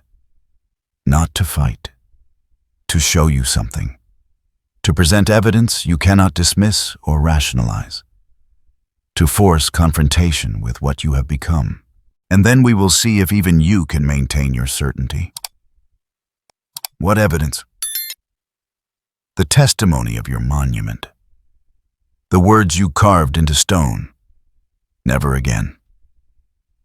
Black Goku's voice remained flat, but the words carried weight. I will show you how many times again has happened. How many metropolises you have created in the name of preventing one. How many Loises you have sacrificed while claiming to honor hers. He raised his hand. Reality split. Pink light washed across the crater. When I return, bring the detective. Batman.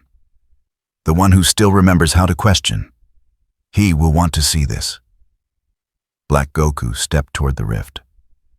And Superman, prepare yourself, because what I show you will be worse than anything I could do to you. He stepped through. The rift closed. Superman stood alone in the crater, blood dripping from his lip, ribs screaming with each breath. His invincibility shattered, his confidence fractured. Above him, the watchtower hung silent. Below him, the city he'd failed to save remained empty. Around him, rubble from buildings that used to hold lives. He pressed one hand to his ribs, felt bone shift. Pain. Real pain. Physical reminder that he wasn't beyond reach, wasn't untouchable, wasn't God. Just a man who'd forgotten how to be one. He activated his comm. Diana, I need medical. Her voice came through immediately. Clark, what happened? I lost. Silence. Then, we're coming. Superman deactivated the comm, sat down on rubble, looked at his hands. They shook. From exhaustion or something else he couldn't tell. For the first time in 5 years, he wasn't certain of anything. The realization terrified him more than any punch had. Batman arrived at the Tower of Fate 3 hours after Superman's defeat. He didn't ask permission, didn't announce himself. The doors simply opened when he approached. Ancient wood swinging inward on hinges that predated modern civilization. Kent Nelson stood in the entry hall. The helmet of fate rested on a pedestal behind him. Gold metal catching light that had no visible source. I was wondering when you'd come, Nelson said. You knew I would. The helmet shows probabilities. You coming here had a 97% likelihood. Nelson gestured deeper into the tower. Follow me. We have much to discuss, and very little time to discuss it. They walked through corridors that defied architecture. Hallways that bent at angles rooms shouldn't accommodate. Staircases that led upward while descending. The tower existed partially in normal space, and partially in dimensions human minds weren't designed to process. Batman had been here twice before. It still gave him vertigo. They reached the sanctum. A circular chamber with walls lined in texts. Languages dead and living. Alphabets that predated human civilization. Mathematical formulas that described reality's underlying code. At the chamber's center sat a table. Obsidian surface reflecting nothing. Around it, 3 chairs. 2 were occupied. John Constantine slouched in one. Cigarette between his lips, despite the sanctum's no smoking policy that Nelson had given up enforcing decades ago. He looked like he'd been awake for 3 days. Knowing Constantine, he probably had been. Zatanna sat in the other. Her stage costume replaced with practical clothing. Dark jacket, jeans, boots. She looked tired. Not physically, magically. The kind of exhaustion that came from channeling forces that human bodies weren't meant to contain. Bloody hell, Constantine said by way of greeting. The bat actually showed. Thought you'd be too busy brooding in your cave. John, Batman's tone carried warning. Easy, mate. Just surprised is all. This isn't exactly a team-up situation, more like a we're all fucked and need to compare notes' situation. Constantine took a drag. Ash fell on obsidian and vanished. Though I suppose you've already figured that out. You and figuring things out. It's what you do. Batman took the third chair. How much do you know? Enough, Zatanna said. Her voice carried the weight of someone who'd seen things they couldn't unsee. I felt the rifts. Every magic user on the planet felt them. Reality tearing in 43 places simultaneously. That's not power. That's casual disregard for the fundamental structure of existence.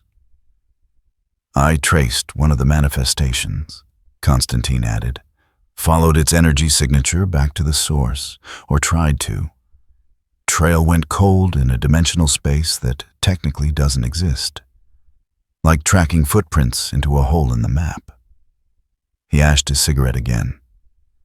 Whatever we're dealing with, it's not from around here, not from around anywhere. Nelson moved to the table, placed both hands on the obsidian surface. The helmet spoke through him. Not possessing, just sharing perspective. The entity calls itself Black Goku, but that is designation, not identity. What it represents is older than names, more fundamental than personality. Nelson's eyes glowed faintly gold. The helmet's influence bleeding through. It is judgment incarnate, not good, not evil, just absolute certainty regarding cosmic order and mortality's place within it. Batman pulled a data stick from his belt, set it on the table. I've compiled everything we know, energy signatures, combat analysis, linguistic patterns, philosophical framework. None of it provides actionable intelligence. That's because you're looking for weaknesses, Zatanna said. There aren't any. Not in the conventional sense. This entity doesn't have vulnerabilities we can exploit. It has principles we can't comprehend. Everything has weaknesses. Not everything. Some things just are. They exist beyond the framework of opposition, beyond the concept of defeat. She leaned forward. I consulted every text in my library, cross-referenced with the Shadow-Pact archives, found exactly 3 documented cases of entities matching this profile. All 3 required sealing, not fighting, not bargaining, just containment until they chose to leave. Chose? Batman's eyes narrowed. They can't be forced, can't be compelled. The seals only work if the entity accepts them, agrees to limitation. Zatanna's hands moved, traced symbols in the air. Blue light followed her fingers, sigils that hurt to look at directly. The magic required operates on consent. Cosmic law. Even gods must respect certain boundaries if those boundaries are properly invoked. Constantine snorted. That's the polite version. The real version is you trap them in a box made of their own logic. Make staying more trouble than leaving. Appeal to whatever passes for self-interest in something that doesn't need anything. Batman studied the sigils, committed them to memory. How do we invoke these boundaries? Carefully, Nelson said. The helmet's glow intensified.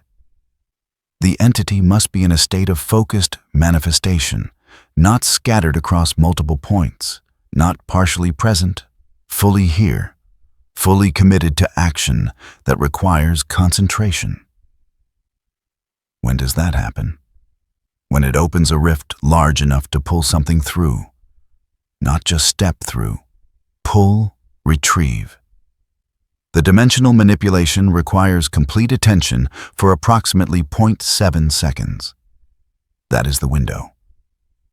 Batman pulled up his gauntlet display, started calculations. 0.7 seconds. Superman would need to keep it engaged, force it to commit, drive it toward using that level of power. Superman can't beat it, Zatanna said flatly. We all saw the footage. It toyed with him, educated him, made him look like an amateur. I know, but Clark doesn't need to win. He needs to apply pressure. Make it respond. Create the scenario where using a major rift becomes tactically advantageous. Batman's fingers moved across the display, building timelines, calculating variables. If we can predict where it will manifest, we can prepare the containment. And if we can't, Constantine asked, then we adapt. Set up multiple positions, mobile deployment. The entity said it would return to show Superman something, evidence of repeated failures. It will choose Metropolis, maximum psychological impact. Nelson nodded slowly. The helmet concurs. Metropolis is the highest probability, 92%. It will want to deliver its revelation where the original wound occurred. Then that's where we prepare. Batman stood, began pacing. Not nervous energy, thinking, processing. We'll need anchors, dimensional stabilizers, something to hold the space steady when the seal activates. Mas, already working on it, Zatanna said. She gestured. More sigils appeared, these ones in red. But Bruce, you need to understand something. Even if this works, even if we seal it successfully, we're not winning. We're just postponing, making it decide that coming back isn't worth the effort. That's still victory? No. That's survival. There's a difference. Constantine lit another cigarette. She's right, mate. Best case scenario, we convince this thing that judging us is more trouble than it's worth. That we're not important enough to bother with. That's our victory condition. Not pride, not vindication. Just insignificance. Batman stopped pacing. Looked at Constantine. I can live with that. Can Superman? The question hung in the air. No one answered it. Nelson moved to a shelf, retrieved an object wrapped in cloth, set it on the table, unwrapped it carefully, revealed an ankh, gold, ancient, covered in hieroglyphics that predated Egyptian civilization. This will serve as the seal's focal point, Nelson said. But it requires activation. 3 sources. Kryptonian strength to create the pressure, human magic to weave the containment, and the helmet's authority to make the binding absolute. 3 points of power, Zatanna said. Trinity formation. It's the only structure strong enough to hold something that exists outside normal causality. Batman studied the ankh. What happens if it fails? Then the entity becomes annoyed, Constantine said. And annoyed cosmic judges tend to accelerate their verdicts. Instead of studying us, it just renders judgment and moves on, probably taking the planet with it. Probability of failure? Batman directed the question to Nelson. The helmet's glow intensified. Nelson's eyes went completely gold. When he spoke, it was both his voice and something older. 47%. The entity is not hostile, not malicious, but it is certain. That certainty makes it dangerous. If it concludes that sealing it represents proof of unworthiness, it may simply reject the seal through force of will. And if that happens, we have no contingency. So we're betting everything on it, choosing to accept imprisonment. No, Zatanna corrected. We're betting everything on it, concluding that staying sealed is more elegant than breaking free. That the lesson has been delivered and enforcing the verdict would be redundant. Batman processed this, ran scenarios. None of them ended with humanity clearly victorious. All of them ended with survival dependent on mercy, on a cosmic entity's willingness to show restraint. It went against every instinct he'd honed over 20 years, against every contingency he'd ever built. The idea that winning meant convincing the enemy that finishing the fight wasn't worth the effort. But instinct didn't matter. Pride didn't matter. Only probability mattered. And the probability that they could defeat Black Goku through force was 0. The probability that they could survive through strategy was 47%. He'd worked with worse odds. "I'll coordinate with Superman," Batman said. "Get him to the right position at the right time. Make him understand that his role is pressure, not victory." "Good luck with that," Constantine muttered. "Man's ego is legendary. Might be tough convincing him to play bait. He'll do it, because he has no other option. Because I'll make him see that dying with pride accomplishes nothing." Batman picked up the Ankh, studied the hieroglyphics. "How long to prepare the seal?" 48 hours, Zatanna said. "I'll need to sanctify the ground, weave the containment matrix, coordinate with Kent to sync the helmet's authority. It's complex magic. Can't be rushed without risking catastrophic failure. Then we have 48 hours before the entity returns." "Less," Nelson said. The gold faded from his eyes, the helmet's influence receding. "It will return in 36 hours, give or take 3. It has already decided to demonstrate its evidence. Now it is simply allowing time for anticipation to build, for Superman to dread what comes next." Batman set down the Ankh. "Then we work on compressed timeline. Zatanna, begin preparations immediately. Constantine, I'll need you to source materials. Whatever components the spell requires, I'll handle Superman and tactical positioning." "What about me?"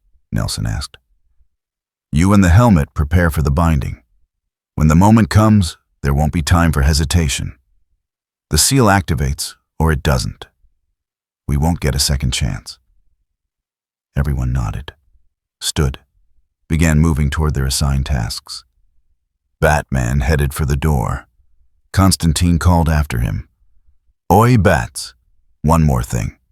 Batman turned. Constantine took a long drag. "If this goes sideways, if the seal fails, and this thing decides we're not worth keeping around, what's your contingency?" Batman met his eyes. "There isn't one." "Comforting. The truth usually isn't." Batman left. The tower's corridors twisted around him, guided him to the exit through paths that made geometric sense only to the building itself. He emerged into daylight, checked his position. The tower had relocated him to Gotham, 3,000 miles from where he'd entered. He triggered his comm. "Alfred, prepare the Batwing. I need to reach the watchtower." "Sir, the watchtower will not permit insurgency vehicles." "They will today, because if they don't, everyone dies. Contact Wonder Woman directly. Tell her I'm coming to negotiate."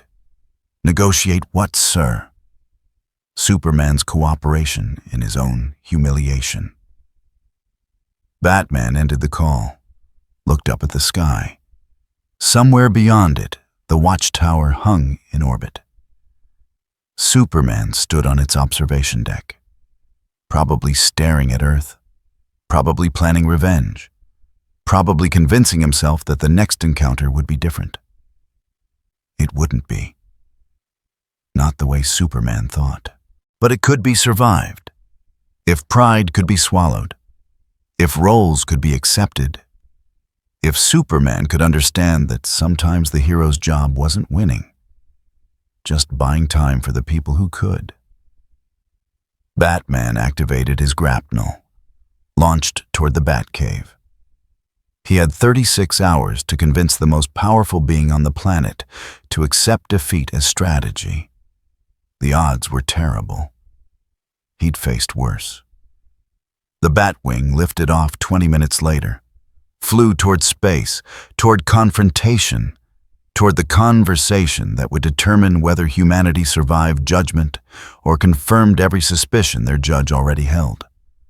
Behind him, the Tower of Fate faded from normal space, relocated to wherever it chose to exist next. Zatanna and Constantine remained inside, working, preparing, weaving magic that would hold a god, if the god permitted himself to be held. The countdown had begun. 36 hours until Black Goku returned. 36 hours to prepare a prison made of consent. 36 hours to convince Superman that losing was the only way to win. Batman flew faster. Time had become the enemy, and time, unlike cosmic entities, couldn't be negotiated with. It simply ran out. 36 hours passed like a held breath. Superman stood in the crater, alone. The same spot where he'd waited before, where he'd fought, where he'd bled for the first time in 5 years.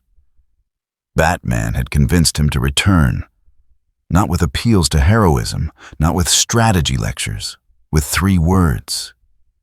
He's coming back. That was enough.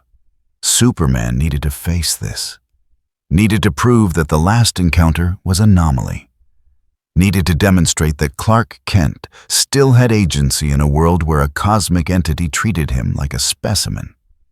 He didn't believe Batman's plan, didn't trust that losing strategically accomplished anything. But he'd agreed because the alternative was admitting he had no plan at all. The sky darkened at noon. Not clouds, not eclipse, just light retreating from a space it no longer wanted to occupy. The rift opened directly overhead, massive, 20 times larger than before. Pink radiance poured down like inverted rain. Reality strained under the weight of dimensional manipulation. Black Goku descended, not falling, not flying, simply translating from one altitude to another as if elevation was aesthetic rather than physical law.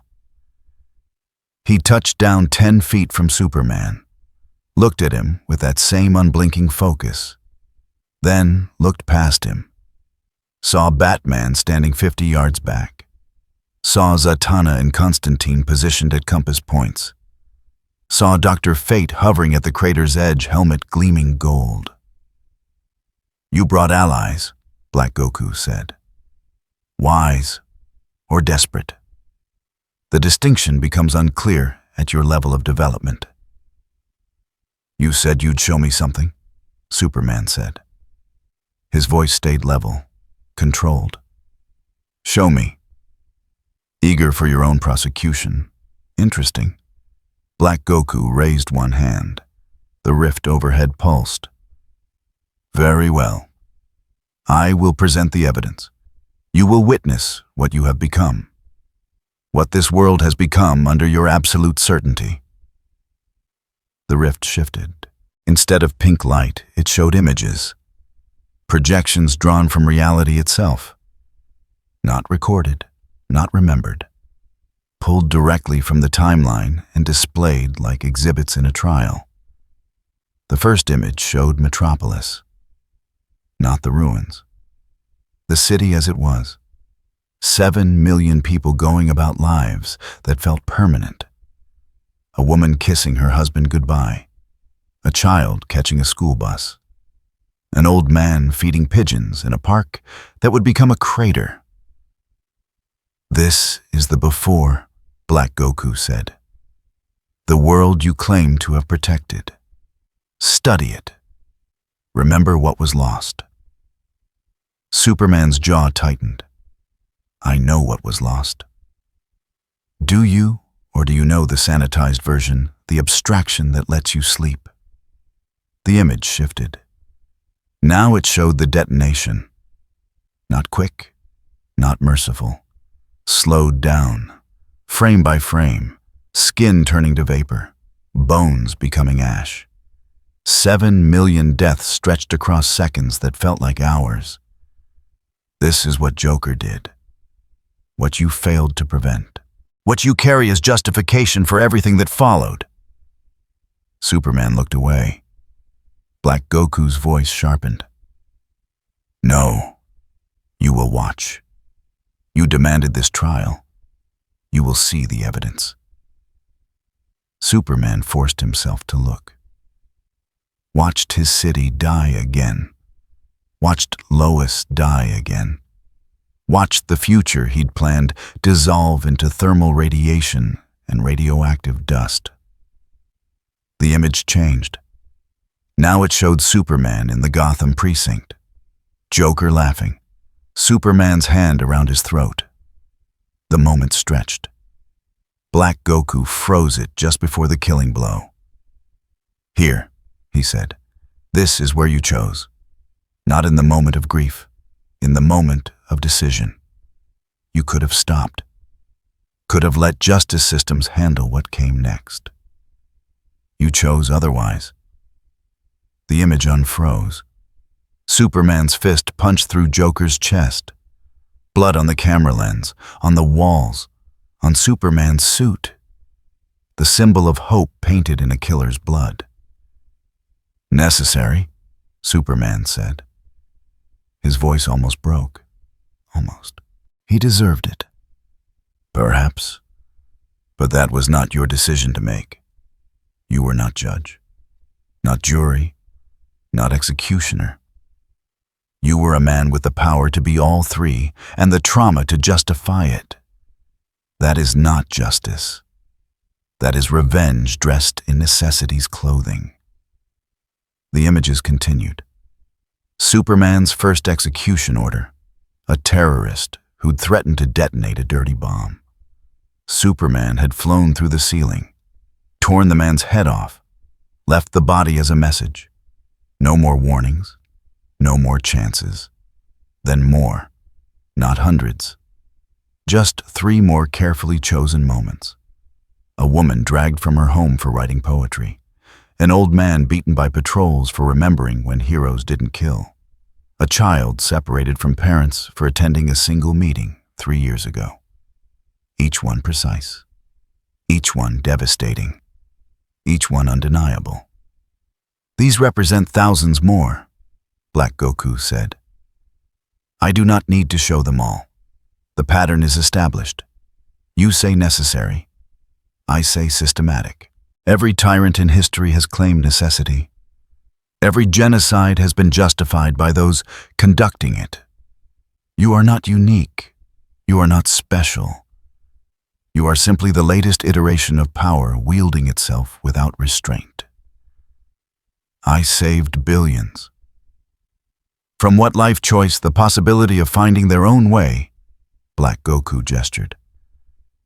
You did not save them. You preserved them, like specimens in formaldehyde. Alive in the technical sense. Dead in every way that matters.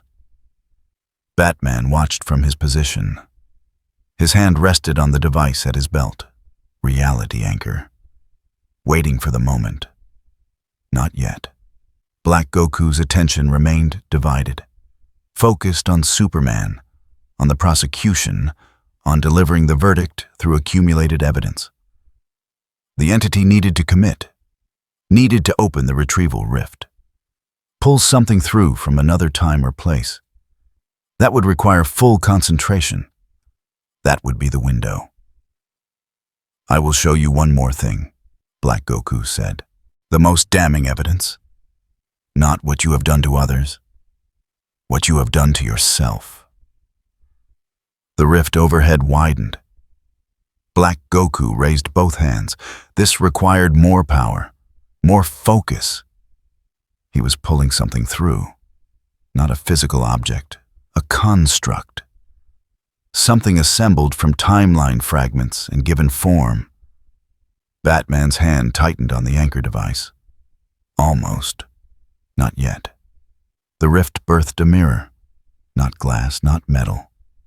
Pure light shaped into reflection, woven from timeline echoes and memory made manifest.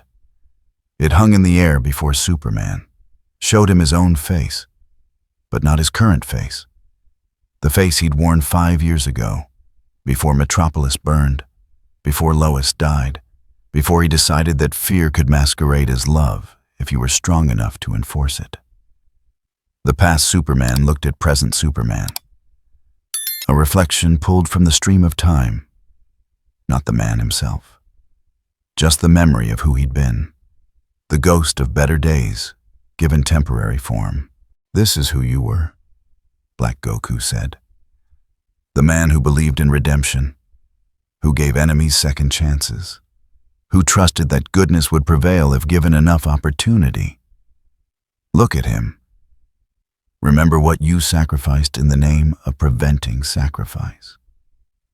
Present Superman stared at his own past, the man he'd been, the hero who'd saved the world by believing people could be better, who'd inspired through example rather than commanded through fear.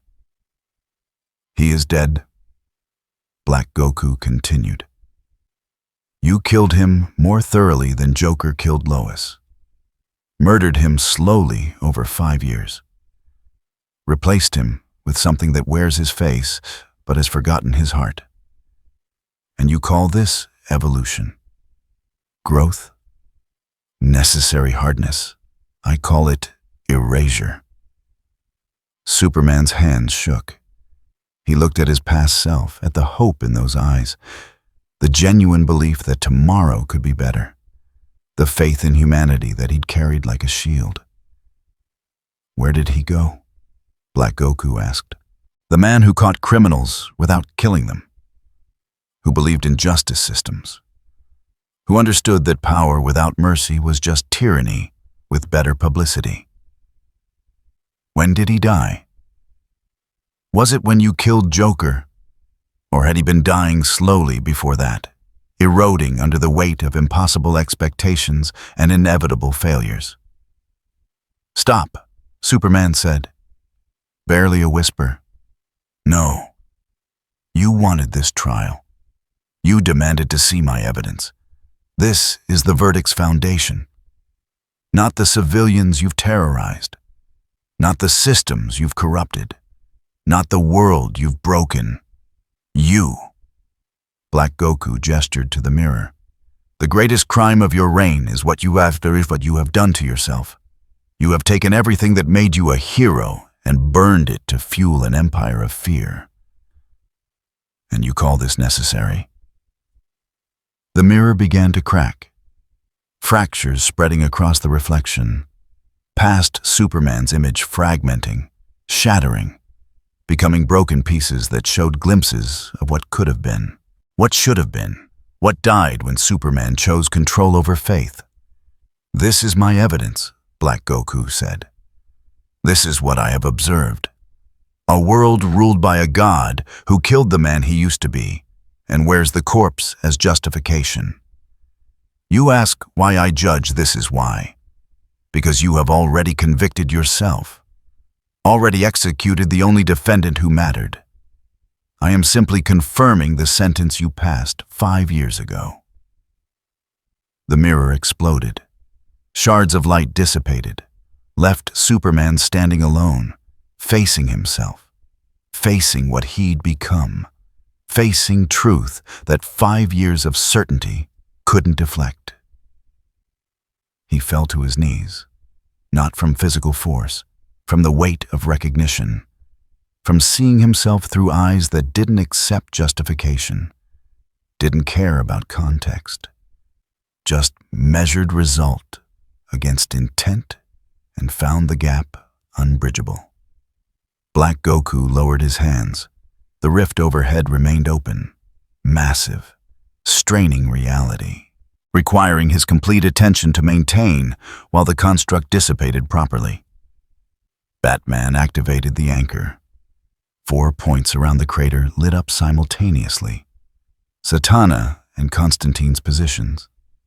North and south, Batman and Fate. East and west. Blue light erupted from each point, connected across the crater, formed a grid that locked space into rigid structure. Temperature dropped 15 degrees in 2 seconds. Sound became muffled. Colors drained toward grayscale as reality compressed.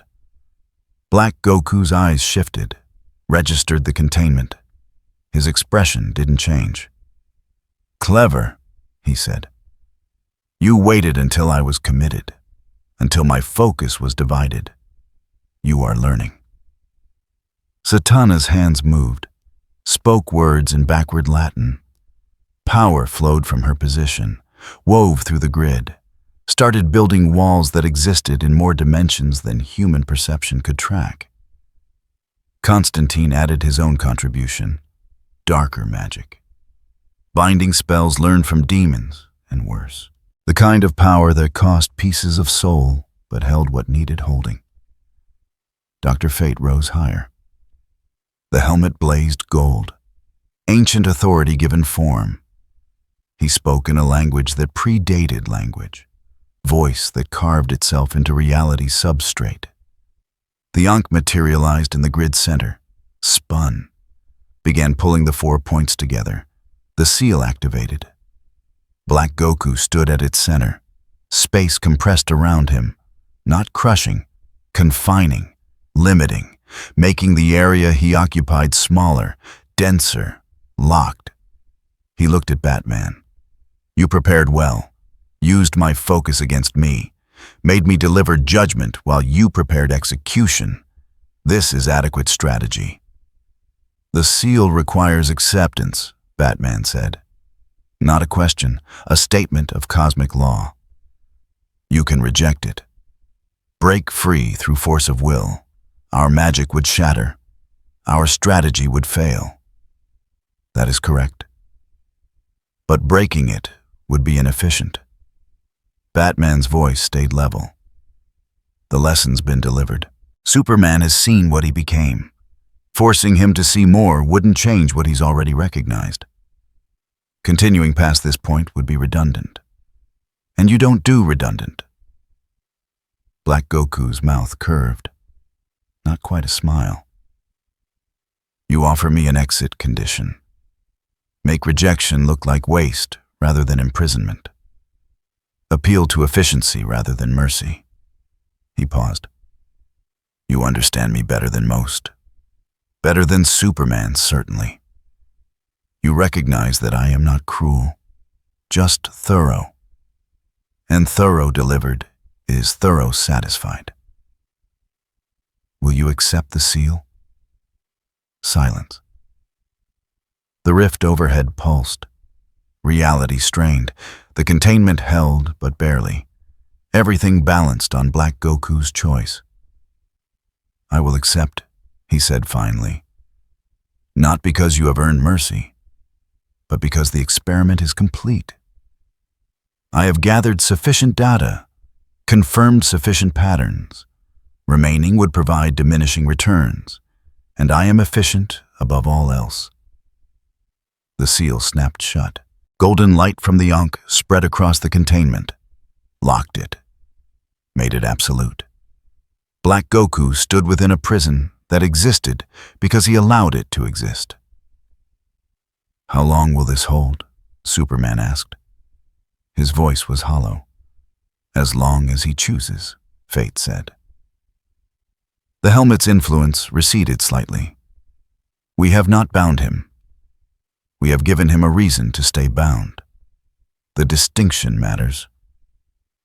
Black Goku looked at Superman, through the seal's walls, through the containment. "You have been judged," he said. "The verdict is guilty. Not of evil, not of cruelty, but of certainty without wisdom. Power without restraint, control without understanding. You built an empire on fear and called it love, a prison and called it protection, a graveyard and called it peace." Superman said nothing, couldn't. The truth had been delivered and no response would change it. "But," Black Goku continued, "I will give you this. You are capable of growth, capable of recognition. You fell to your knees not from force but from understanding. That is more than most would manage. More than I expected." He paused.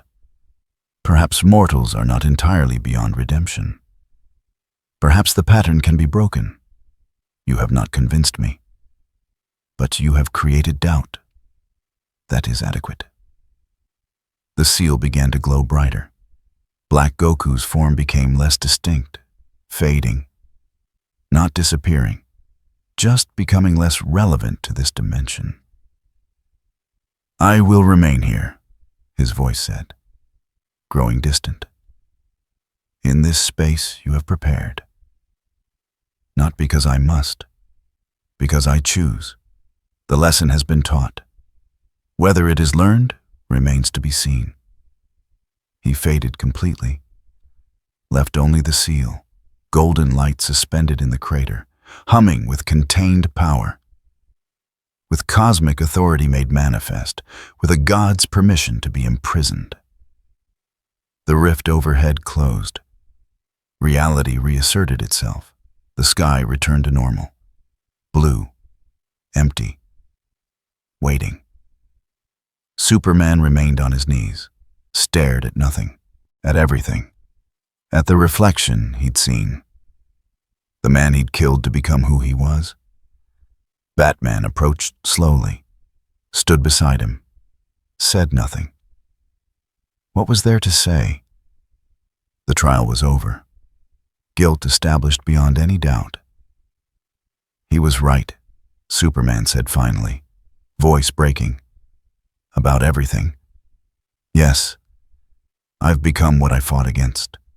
Yes, I've killed more than Joker ever could. Yes. Superman looked up, met Batman's eyes. Why did you help me? Why seal him instead of letting him pass final judgment? Because judgment already passed. You heard it, felt it, recognized it. That's enough. The world doesn't need to die to prove a point that's already been made. What do I do now? Batman knelt. Put one hand on Superman's shoulder. The first time they'd touched without violence in 5 years. You choose, Batman said. Either you continue as you are, prove him right, confirm every observation he made, or you change, break the pattern, become something different, something better, something that proves mortality can learn.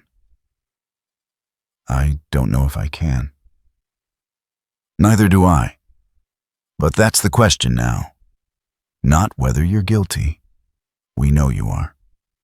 The question is whether you stay guilty, whether you let the verdict be final, or whether you appeal it through action instead of words. Superman looked at the seal, at the golden light that contained a cosmic judge who'd found him wanting. He'll be watching, Superman said, always. That's the point. You don't get to hide anymore. Don't get to rationalize in private. Everything you do from this moment forward is evidence, either for or against redemption. You decide which. Superman stood slowly. Every movement hurt, not physically. The psychological weight was crushing. 5 years of certainty demolished in one trial. 5 years of justification reduced to ash. He looked at the watchtower overhead, at the empire he'd built, at the system he'd created, saw it all through Black Goku's eyes, saw it as it truly was. A monument to fear, a testament to failure, a world preserved but not saved. I need to think, he said. Need to decide what comes next. Take your time, Batman said. But not too long. Every day you wait, people suffer under systems you built. Every hour of inaction is another hour of failure. Superman nodded, launched himself skyward, flew toward the watchtower, toward decisions he wasn't ready to make, toward a future he could no longer control. Batman watched him go, turned to the others. Constantine was lighting another cigarette. Zatanna looked exhausted. Fate hovered nearby, silent. Will he change? Constantine asked. I don't know, Batman said. But now he has the choice. Before he thought he was right. Now he knows he's wrong. What he does with that knowledge determines everything. The seal hummed in the crater.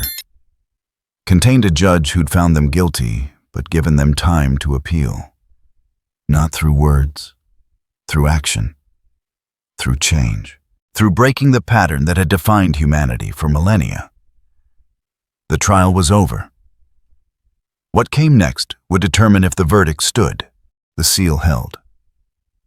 Batman returned to the Batcave, monitored the containment from every angle.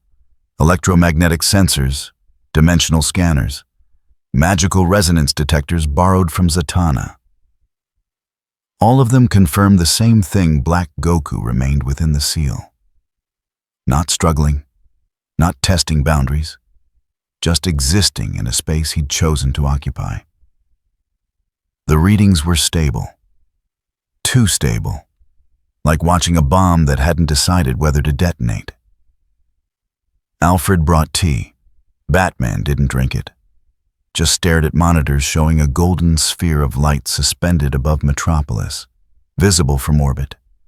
A constant reminder that humanity lived under evaluation. "Sir," Alfred said quietly, "when was the last time you slept?" 72 hours ago. That is inadvisable. So is having a cosmic entity judging our entire species from within a magic prison that only works because he allows it. Batman pulled up another readout. Energy levels, fluctuations, patterns. Nothing changed. He's waiting, watching. Everything we do now is evidence. And Master Clark? Batman switched feeds. Found Superman. The Watchtower's observation deck. Clark stood before the window. Had been standing there for 3 days. Hadn't moved. Hadn't eaten. Hadn't slept. Just stood and stared at Earth. At the seal. At his own reflection in the glass. "He's processing," Batman said, confronting 5 years of accumulated denial. Alfred set down the tea tray. What would constitute learning in his estimation? Change, actual change, not promises, not intentions. Demonstrable shift in how power operates in this world. Batman closed the monitoring programs, opened different files, insurgency networks, regime infrastructure, the architecture of Superman's empire. The system needs to be dismantled carefully. You don't demolish a dictatorship overnight. You reform it, transition it, give people agency without creating power vacuum. That could take years. We have weeks, maybe days. Batman started making lists, priorities, reforms. First step, release political prisoners, everyone detained for speech, for thought, for dissent. Empty the camps, now. Will Master Clark agree to that? He doesn't have a choice. Not anymore. Batman drafted the proposal, sent it to the Watchtower, waited. No response came for 6 hours. Then Superman's voice on comms. Tired, hollow, but present. "Do it!" 2 words. But they carried weight, acknowledgement, acceptance. The first step towards something that might eventually resemble redemption. The order went out within an hour. Regime facilities across the globe received simultaneous commands. Release all detainees held for non-violent offenses. Political prisoners, thought criminals. People whose only crime was existing outside approved parameters. Over 14,000 people. The releases took 48 hours. Some facilities complied immediately. Others required Superman's personal intervention. He flew to each one that hesitated, stood before their commanders, said nothing, just looked at them until they understood. 14,000 people walked free. It wasn't redemption, just bare minimum acknowledgement of guilt. But it was movement. The seal's readings shifted, microscopically. Energy fluctuations decreased by 0.03%. As if Black Goku had noted the change and adjusted his vigilance accordingly. Wonder Woman arrived at the Batcave on the 4th day, uninvited, unannounced. She descended the stairs like she owned them, stopped before Batman's primary console. "You're dismantling everything we built," she said. "I'm ending tyranny. If that creates chaos, then the order it's replacing wasn't order, just fear with better publicity." Wonder Diana's hand rested on her sword hilt. "Clark is broken, non-functional. Someone needs to lead. Then lead toward justice, actual justice, not the twisted version you convinced yourself was necessary." Batman stood, faced her directly. "You stood beside him through everything, enabled every execution, justified every excess, told him that mercy was weakness and fear was strength. You're as responsible as he is. I did what was needed to prevent another metropolis. You created 17 smaller ones, scattered across the globe in the form of camps and prisons and disappeared citizens. Black Goku showed us the evidence. We saw what we became, and you're still defending it." Wonder Woman's jaw tightened. "That entity is not our judge, but he is. Whether we acknowledge it or not, he has the power, the perspective, the certainty we use to claim, and he looked at what we built and found it wanting. You can deny it, justify it, rationalize it. But that doesn't change what happened in that crater. If this fails, if dismantling our systems creates more death than it prevents, that blood is on your hands. It already is, all of our hands. That's what we learned. The question isn't whether we're guilty. The question is whether we stay guilty or choose something different." She left. Didn't respond. Her silence was answer enough. She'd learned nothing. Chosen certainty over growth, absolution over accountability. Batman returned to work, made a note. Wonder Woman was a problem for later. Right now, the priority was momentum. More orders went out. Surveillance networks scaled back, patrols withdrawn. Executive detention powers revoked, due process restored. Slowly, incrementally. Each change fighting against infrastructure designed for permanent control. The work was exhausting, tedious, frustrating. Every step forward created 2 complications. Every reform exposed new problems. Every change revealed how deeply tyranny had embedded itself. But it was working. Visibly, measurably. 2 weeks after the SEAL's establishment, Batman's screen flickered. No incoming transmission, no network activity, just darkness. Then words appeared, not typed, not transmitted. They simply existed on the display. Letters that weren't pixels, weren't light. Just absence shaped into language. "Keep going." Batman stared at the screen, ran every diagnostic, found nothing. The message had manifested without entering the system, existed without origin, delivered by something that operated outside causality. He understood. Black Goku was watching, noting progress, giving permission to continue. Batman deleted the message, returned to work. There was no time for relief, just continued grinding effort. Superman finally left the watchtower on day 17. He flew to Metropolis, to the crater, landed before the seal, stared at the golden light that contained his judge. Said nothing for 10 minutes, then spoke. "I don't know if you can hear me. I don't know if you care. But I need to say this." Superman's voice was rough, unused. You were right. About everything. I became what I fought against. Killed who I was. Built an empire on fear and called it protection. I saw the evidence. Can't deny it. Can't rationalize it. Can't pretend anymore. The seal remained unchanged. No response. No acknowledgement. I'm trying to fix it, Superman continued. Undoing what I built. Releasing prisoners. Restoring rights. It's slow, complicated. Every change creates new problems. But I'm trying. We're trying. And I know that doesn't erase what I did. Doesn't bring back the people who died under my rule.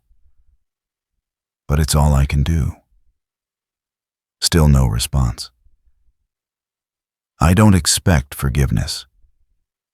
Don't deserve it. But I need you to know that your judgment mattered, that showing me who I'd become achieved something. I'm not asking you to change your verdict, just asking you to see that we're learning from it. Superman waited, hoping for something, anything. The seal remained stable, silent, containing a judge who observed but did not comment. Superman flew away after an hour, returned to work that needed doing, to reforms that required implementation, to a world that needed rebuilding from foundations he'd corrupted. Batman watched from the Batcave, recorded the encounter, filed it as documentation. Superman had acknowledged guilt, had committed to change, had begun the slow process of becoming something other than what he'd been. The seal's readings shifted again. Another microscopic change. Energy fluctuations decreased by 0.02%. 3 weeks after the seal's establishment, Constantine visited the containment site, stood at the crater's edge, smoked, studied the golden light. "Oi!" he called out. "You in there, the cosmic bastard. I know you can hear me. Know you're always bloody listening. So listen to this."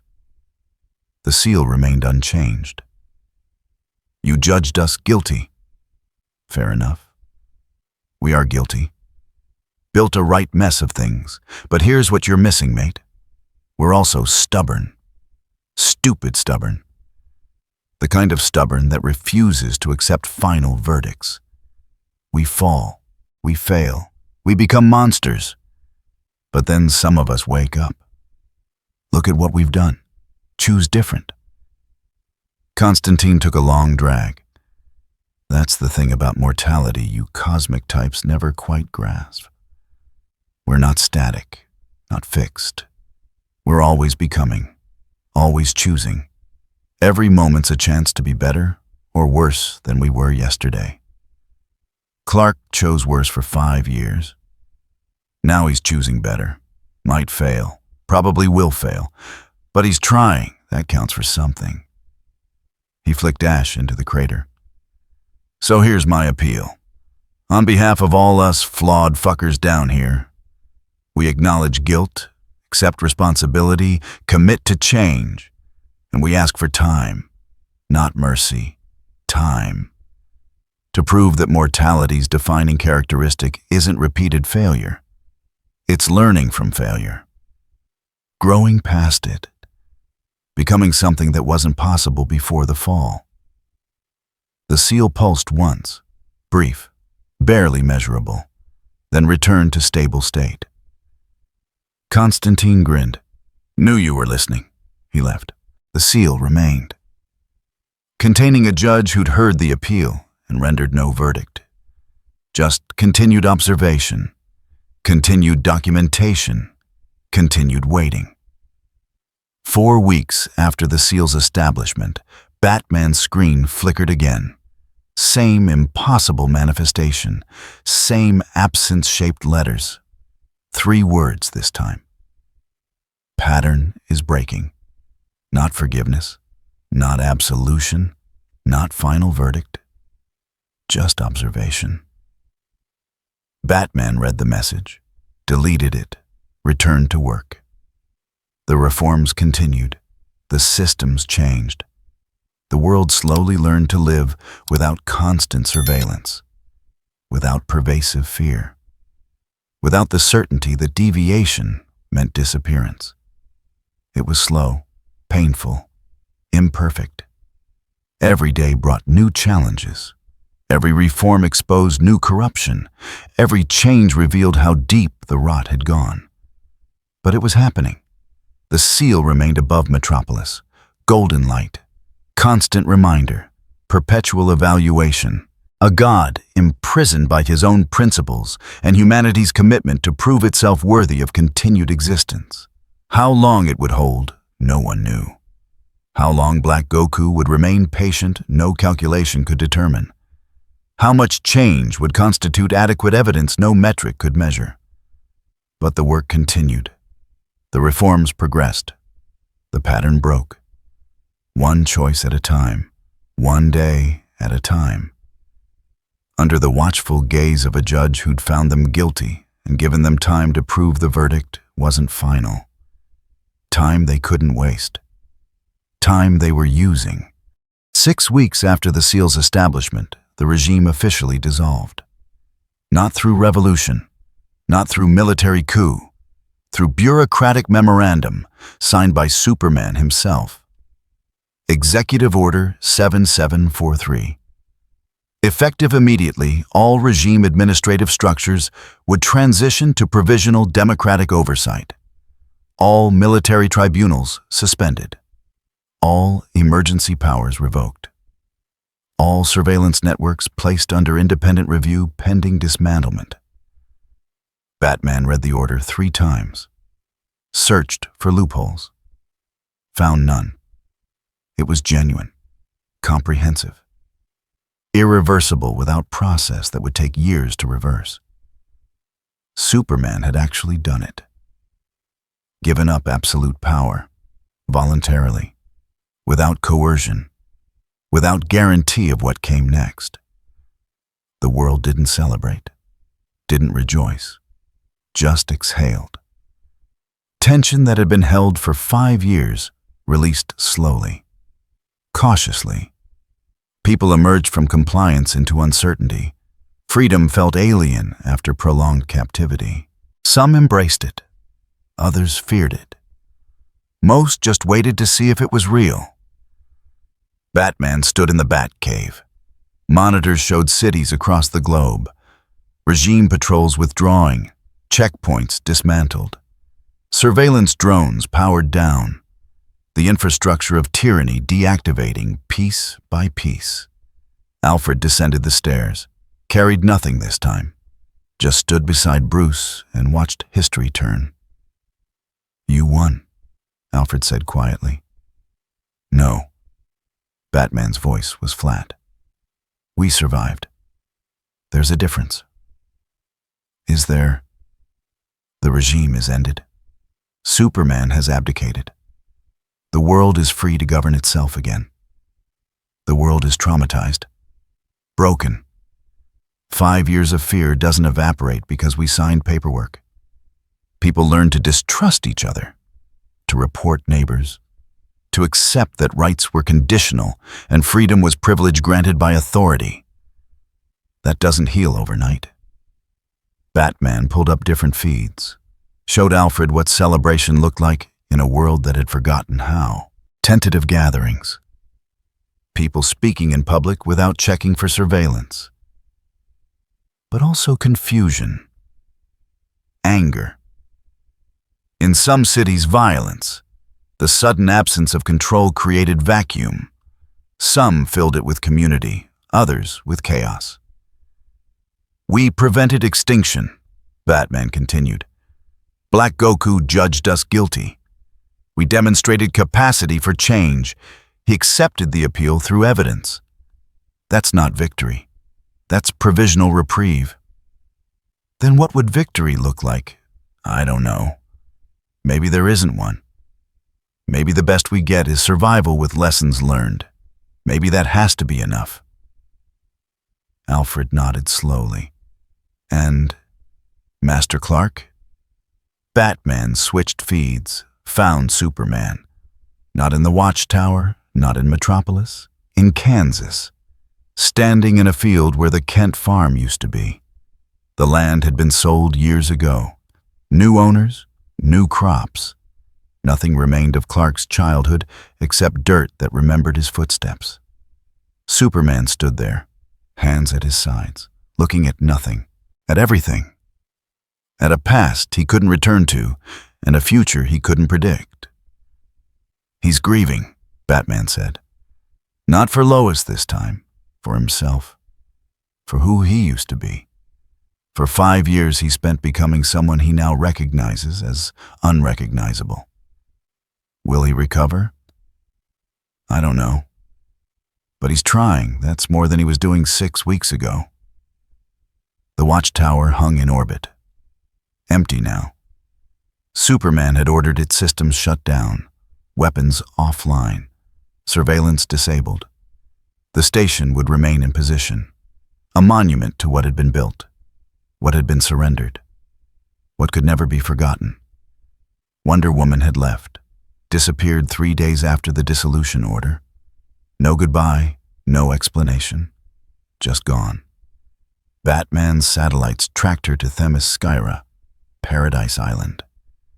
She'd returned home, whether in shame or defiance he couldn't tell. Probably both. The Justice League didn't reconvene. Couldn't. Trust had been shattered too thoroughly. Aquaman had returned to Atlantis, maintained diplomatic relations, but nothing more. Cyborg remained at the Watchtower, maintained systems on minimal power, waited for someone to tell him what came next. No one had. The world's governments attempted to fill the vacuum. Emergency councils, provisional authorities, democratic processes resurrecting themselves from 5 years of enforced dormancy. It was messy, inefficient, painfully slow. Everything Superman had eliminated in the name of efficiency. It was also necessary. Batman coordinated where he could, provided intelligence, resources, strategic guidance.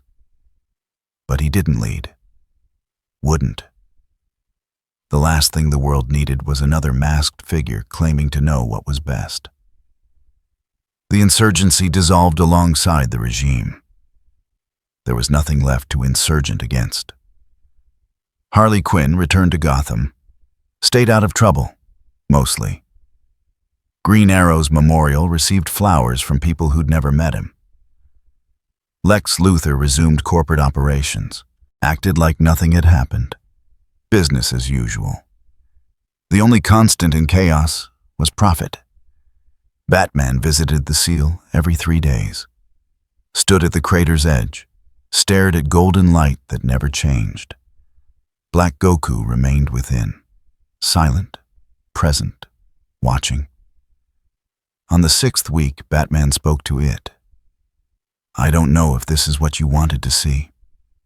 We dismantled the systems, released the prisoners, restored process. Superman surrendered power. The pattern changed. But the world is still broken. People are still traumatized. We prevented one kind of death and replaced it with uncertainty. I can't tell if that's progress or just different failure. The seal remained stable, offered no response. You judged us guilty.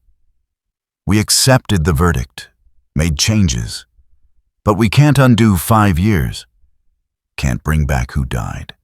Can't erase what we became. The appeal was accepted, but the crime remains. I don't know what that makes us. Redeemed pardoned or just delayed? Still nothing. If you're still watching, still measuring, I want you to know something. We're not asking for forgiveness. We don't deserve it.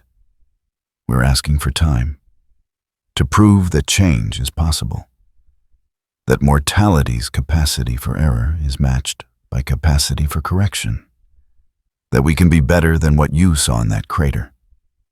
Batman turned to leave, then paused.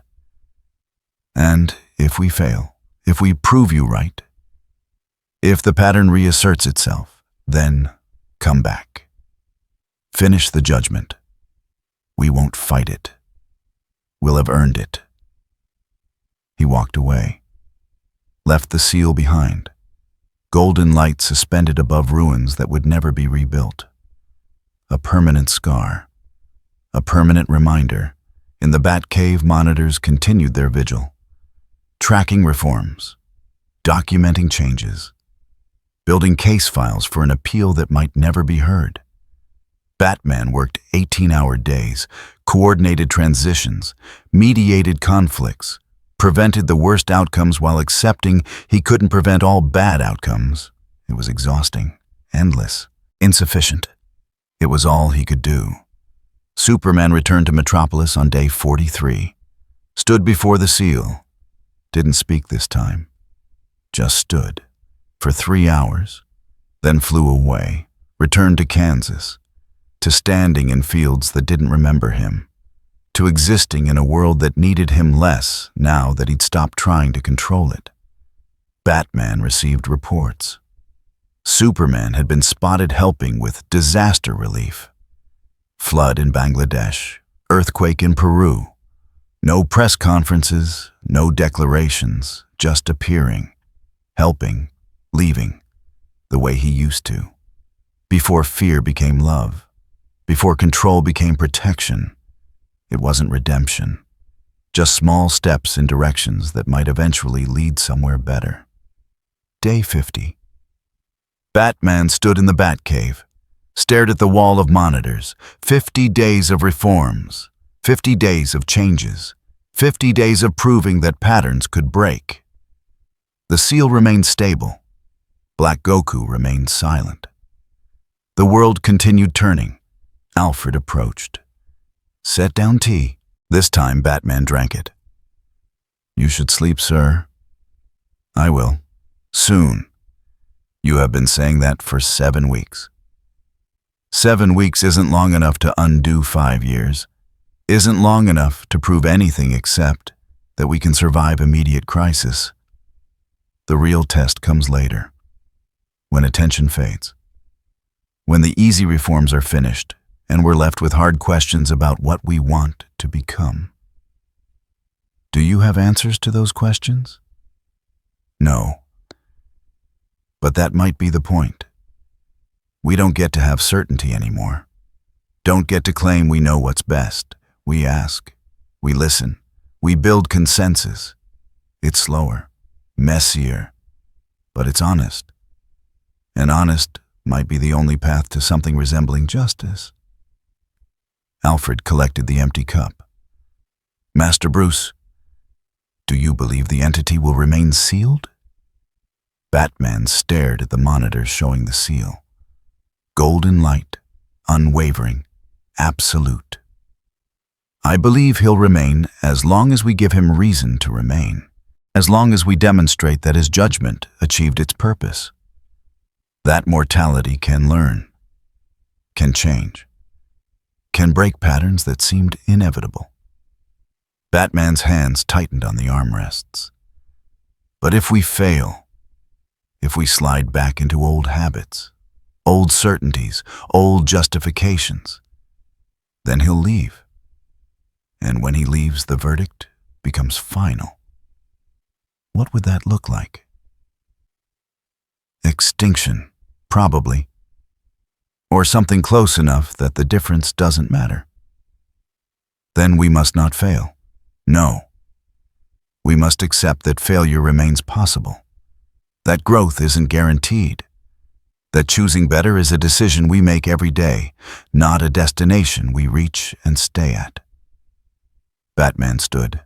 The seal is a reminder, a watchful eye, a God who found us wanting and gave us time to prove otherwise. As long as it remains, we have that time. The question is what we do with it. He walked toward the stairs, paused. Alfred, if I ever start believing I know what's best for everyone, if I ever start justifying control through necessity, if I ever start to sound like Clark did 5 years ago, stop me. How, sir? However you have to. Batman climbed the stairs, left the cave behind, emerged into Wayne Manor, into daylight, into a world that was broken and healing and uncertain and alive. Above Metropolis, the seal remained.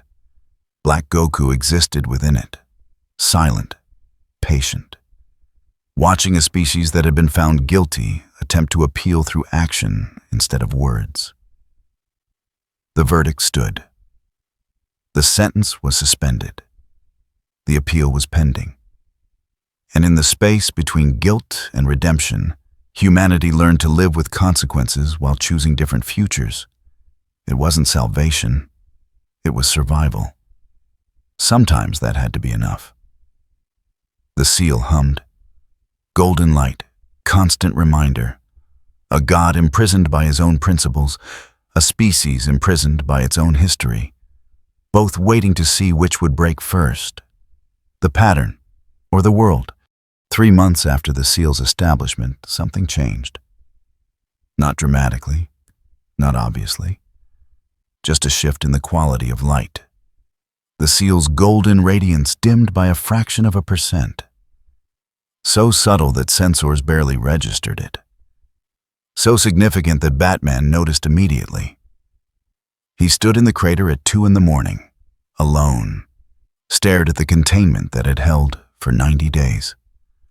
Watched the light pulse, once, twice, a rhythm that hadn't existed before. Something was happening. The air grew colder. Not winter cold, absence cold. The kind that came from reality recognizing it was being observed by something it couldn't contain. Batman's breath misted. Frost formed on rubble that had baked under summer sun for hours.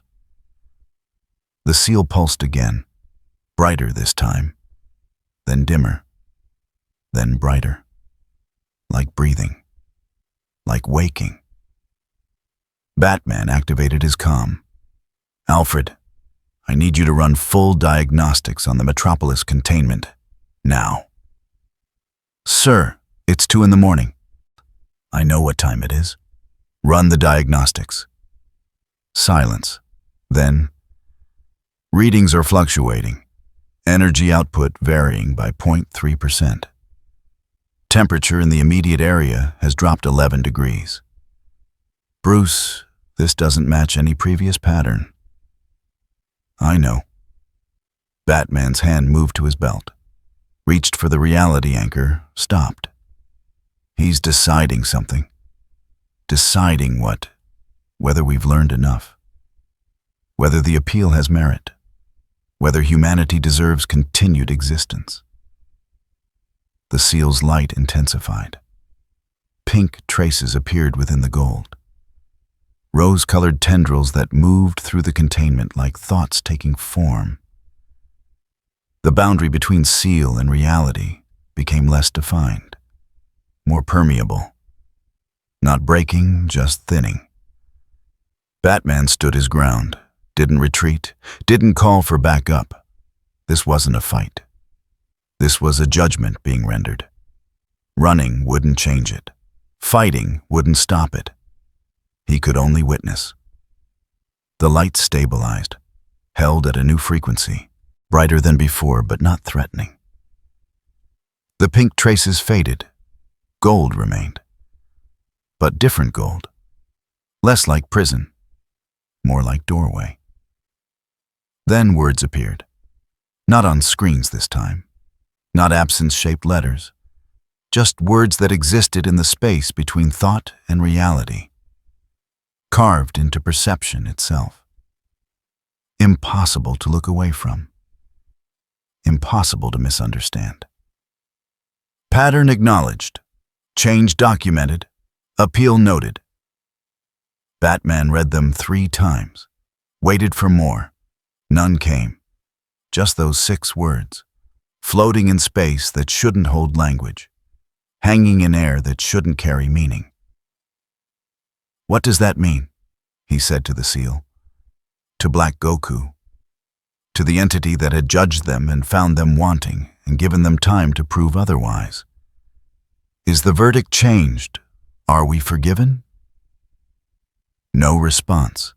The words remained.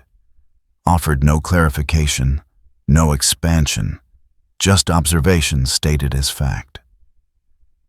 Batman's comm crackled. Bruce, Superman just went active. He's flying toward your position. ETA 2 minutes. Let him come. Superman arrived 90 seconds later, touched down beside Batman, looked at the seal, at the words hanging in space, at the light that had changed without changing. What's happening? Superman's voice carried no command, no authority, just question, genuine uncertainty. I think he's leaving, Batman said. Leaving the seal, leaving this dimension. His observation is complete. Data gathered, conclusion reached. Now he's deciding whether to enforce final judgment or accept the appeal. Which is it? I don't know. The words say he's acknowledged the change, documented the pattern breaking, noted the appeal, but noted doesn't mean accepted. Doesn't mean we're forgiven. Just means we're on record. Superman stared at the seal. 3 months. We dismantled everything I built, released everyone I imprisoned, restored every right I violated, and he's still not certain. Why would he be? 3 months is nothing against 5 years. 5 years is nothing against millennia of human history. We've demonstrated capacity for immediate change. We haven't proven sustained transformation, haven't shown that this isn't just temporary performance for his benefit. Then what does he want?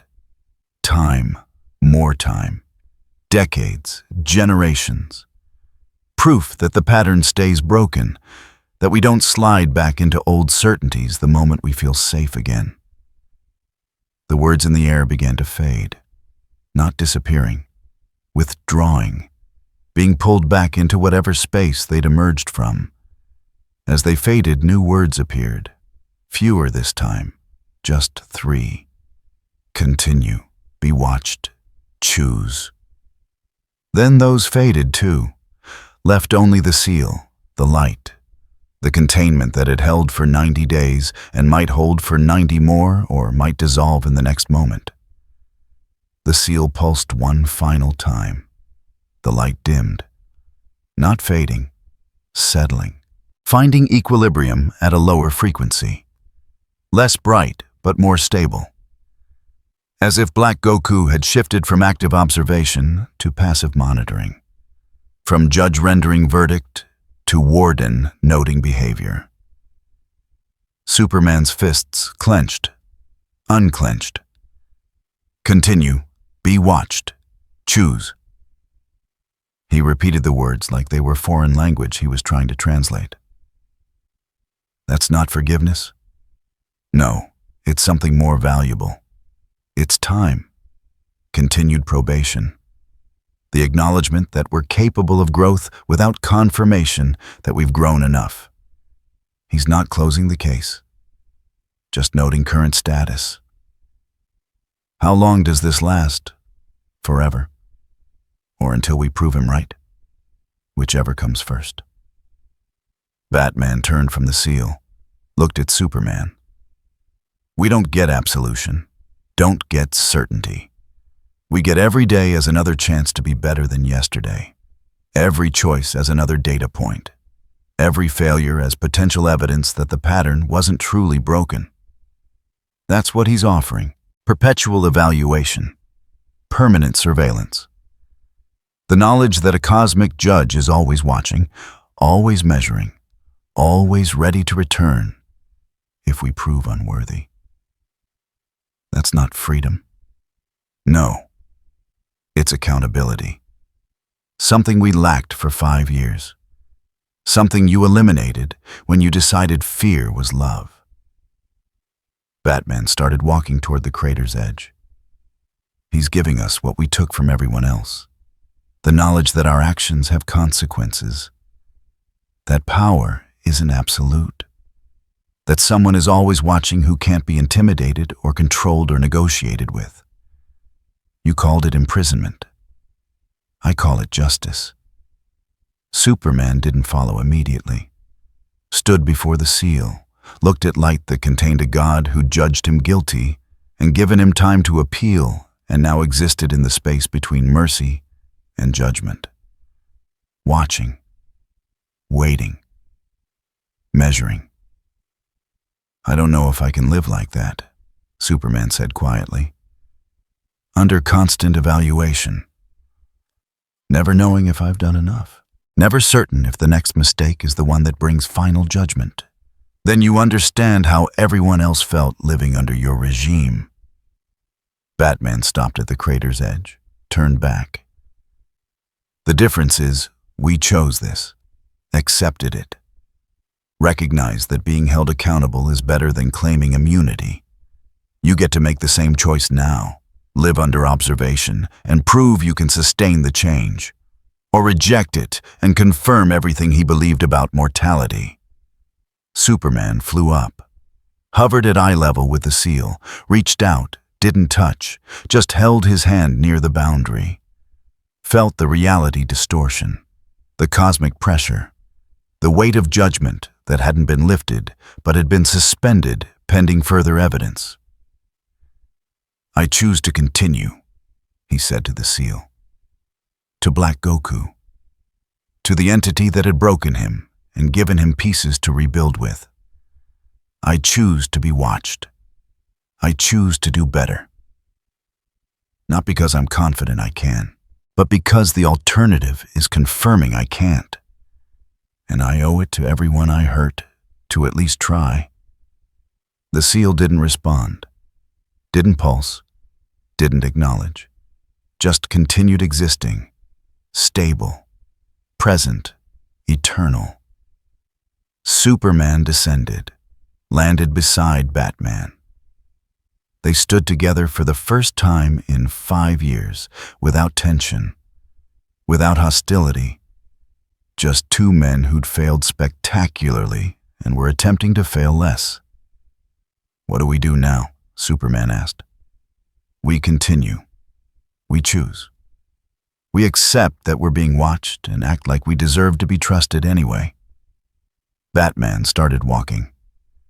We build systems that don't depend on single points of failure. We create accountability that survives individual corruption. We prove that mortality's pattern can stay broken through deliberate daily effort rather than cosmic intervention. And if we fail, then he comes back, finishes what he started, renders final verdict, and we'll have earned it. They walked out of the crater together. Behind them, the seal remained, golden light, permanent fixture, eternal reminder. A God who judged them guilty and chosen to remain as witness rather than executioner. Watching, waiting, measuring every choice against the possibility of redemption. The sun rose over Metropolis. First light touched ruins that would never be rebuilt. Touched the seal that would never be removed. Touched two men walking away from judgment they'd survived, but not escaped. The world continued turning. Reforms continued implementing. People continued learning to live with freedom they'd forgotten how to use. Slowly, imperfectly. With setbacks and failures and choices that sometimes proved the pattern wasn't fully broken. But also with moments of genuine growth. Of choosing compassion over convenience. Of building systems that served rather than controlled. Of proving that mortality's capacity for error could be matched by capacity for correction when correction was chosen deliberately. Daily, without guarantee of success. Black Goku remained within the seal, silent, patient, absolute. Not imprisoned, stationed. A watchful presence that could leave at any moment, but chose to stay, chose to observe, chose to give humanity time to prove that the appeal had merit. The pattern was breaking, slowly imperfectly, one choice at a time. And in the seal above Metropolis, a judge watched, measured, documented, maintained the possibility that mortality might eventually deserve the continued existence it had been granted. Not forgiveness, not salvation, just time, and the responsibility to use it wisely. The verdict was not over. It would never be over. That was the point. And somewhere in the space between guilt and redemption, humanity learned to live with consequences while building futures that might eventually prove them worthy of the time they'd been given. The seal pulsed. Once. Faint. Barely perceptible. Acknowledgement. Not approval. Just presence. Watching. Always watching. As the world turned beneath it, and people made choices and patterns, slowly broke, and life continued under the gaze of a judge who'd found them wanting and given them time to prove otherwise. Time they were using. Time they couldn't waste. Time that would determine whether humanity survived as evidence of mortality's potential or perished as confirmation of its limits. The seal remained. The world continued. The judgment waited. And in that waiting lived possibility. Hey, if you enjoyed this video, don't forget to leave a like and subscribe to the channel. And be sure to turn on notification so you won't miss out future videos. Thank you for watching, and we will see you next time in this channel.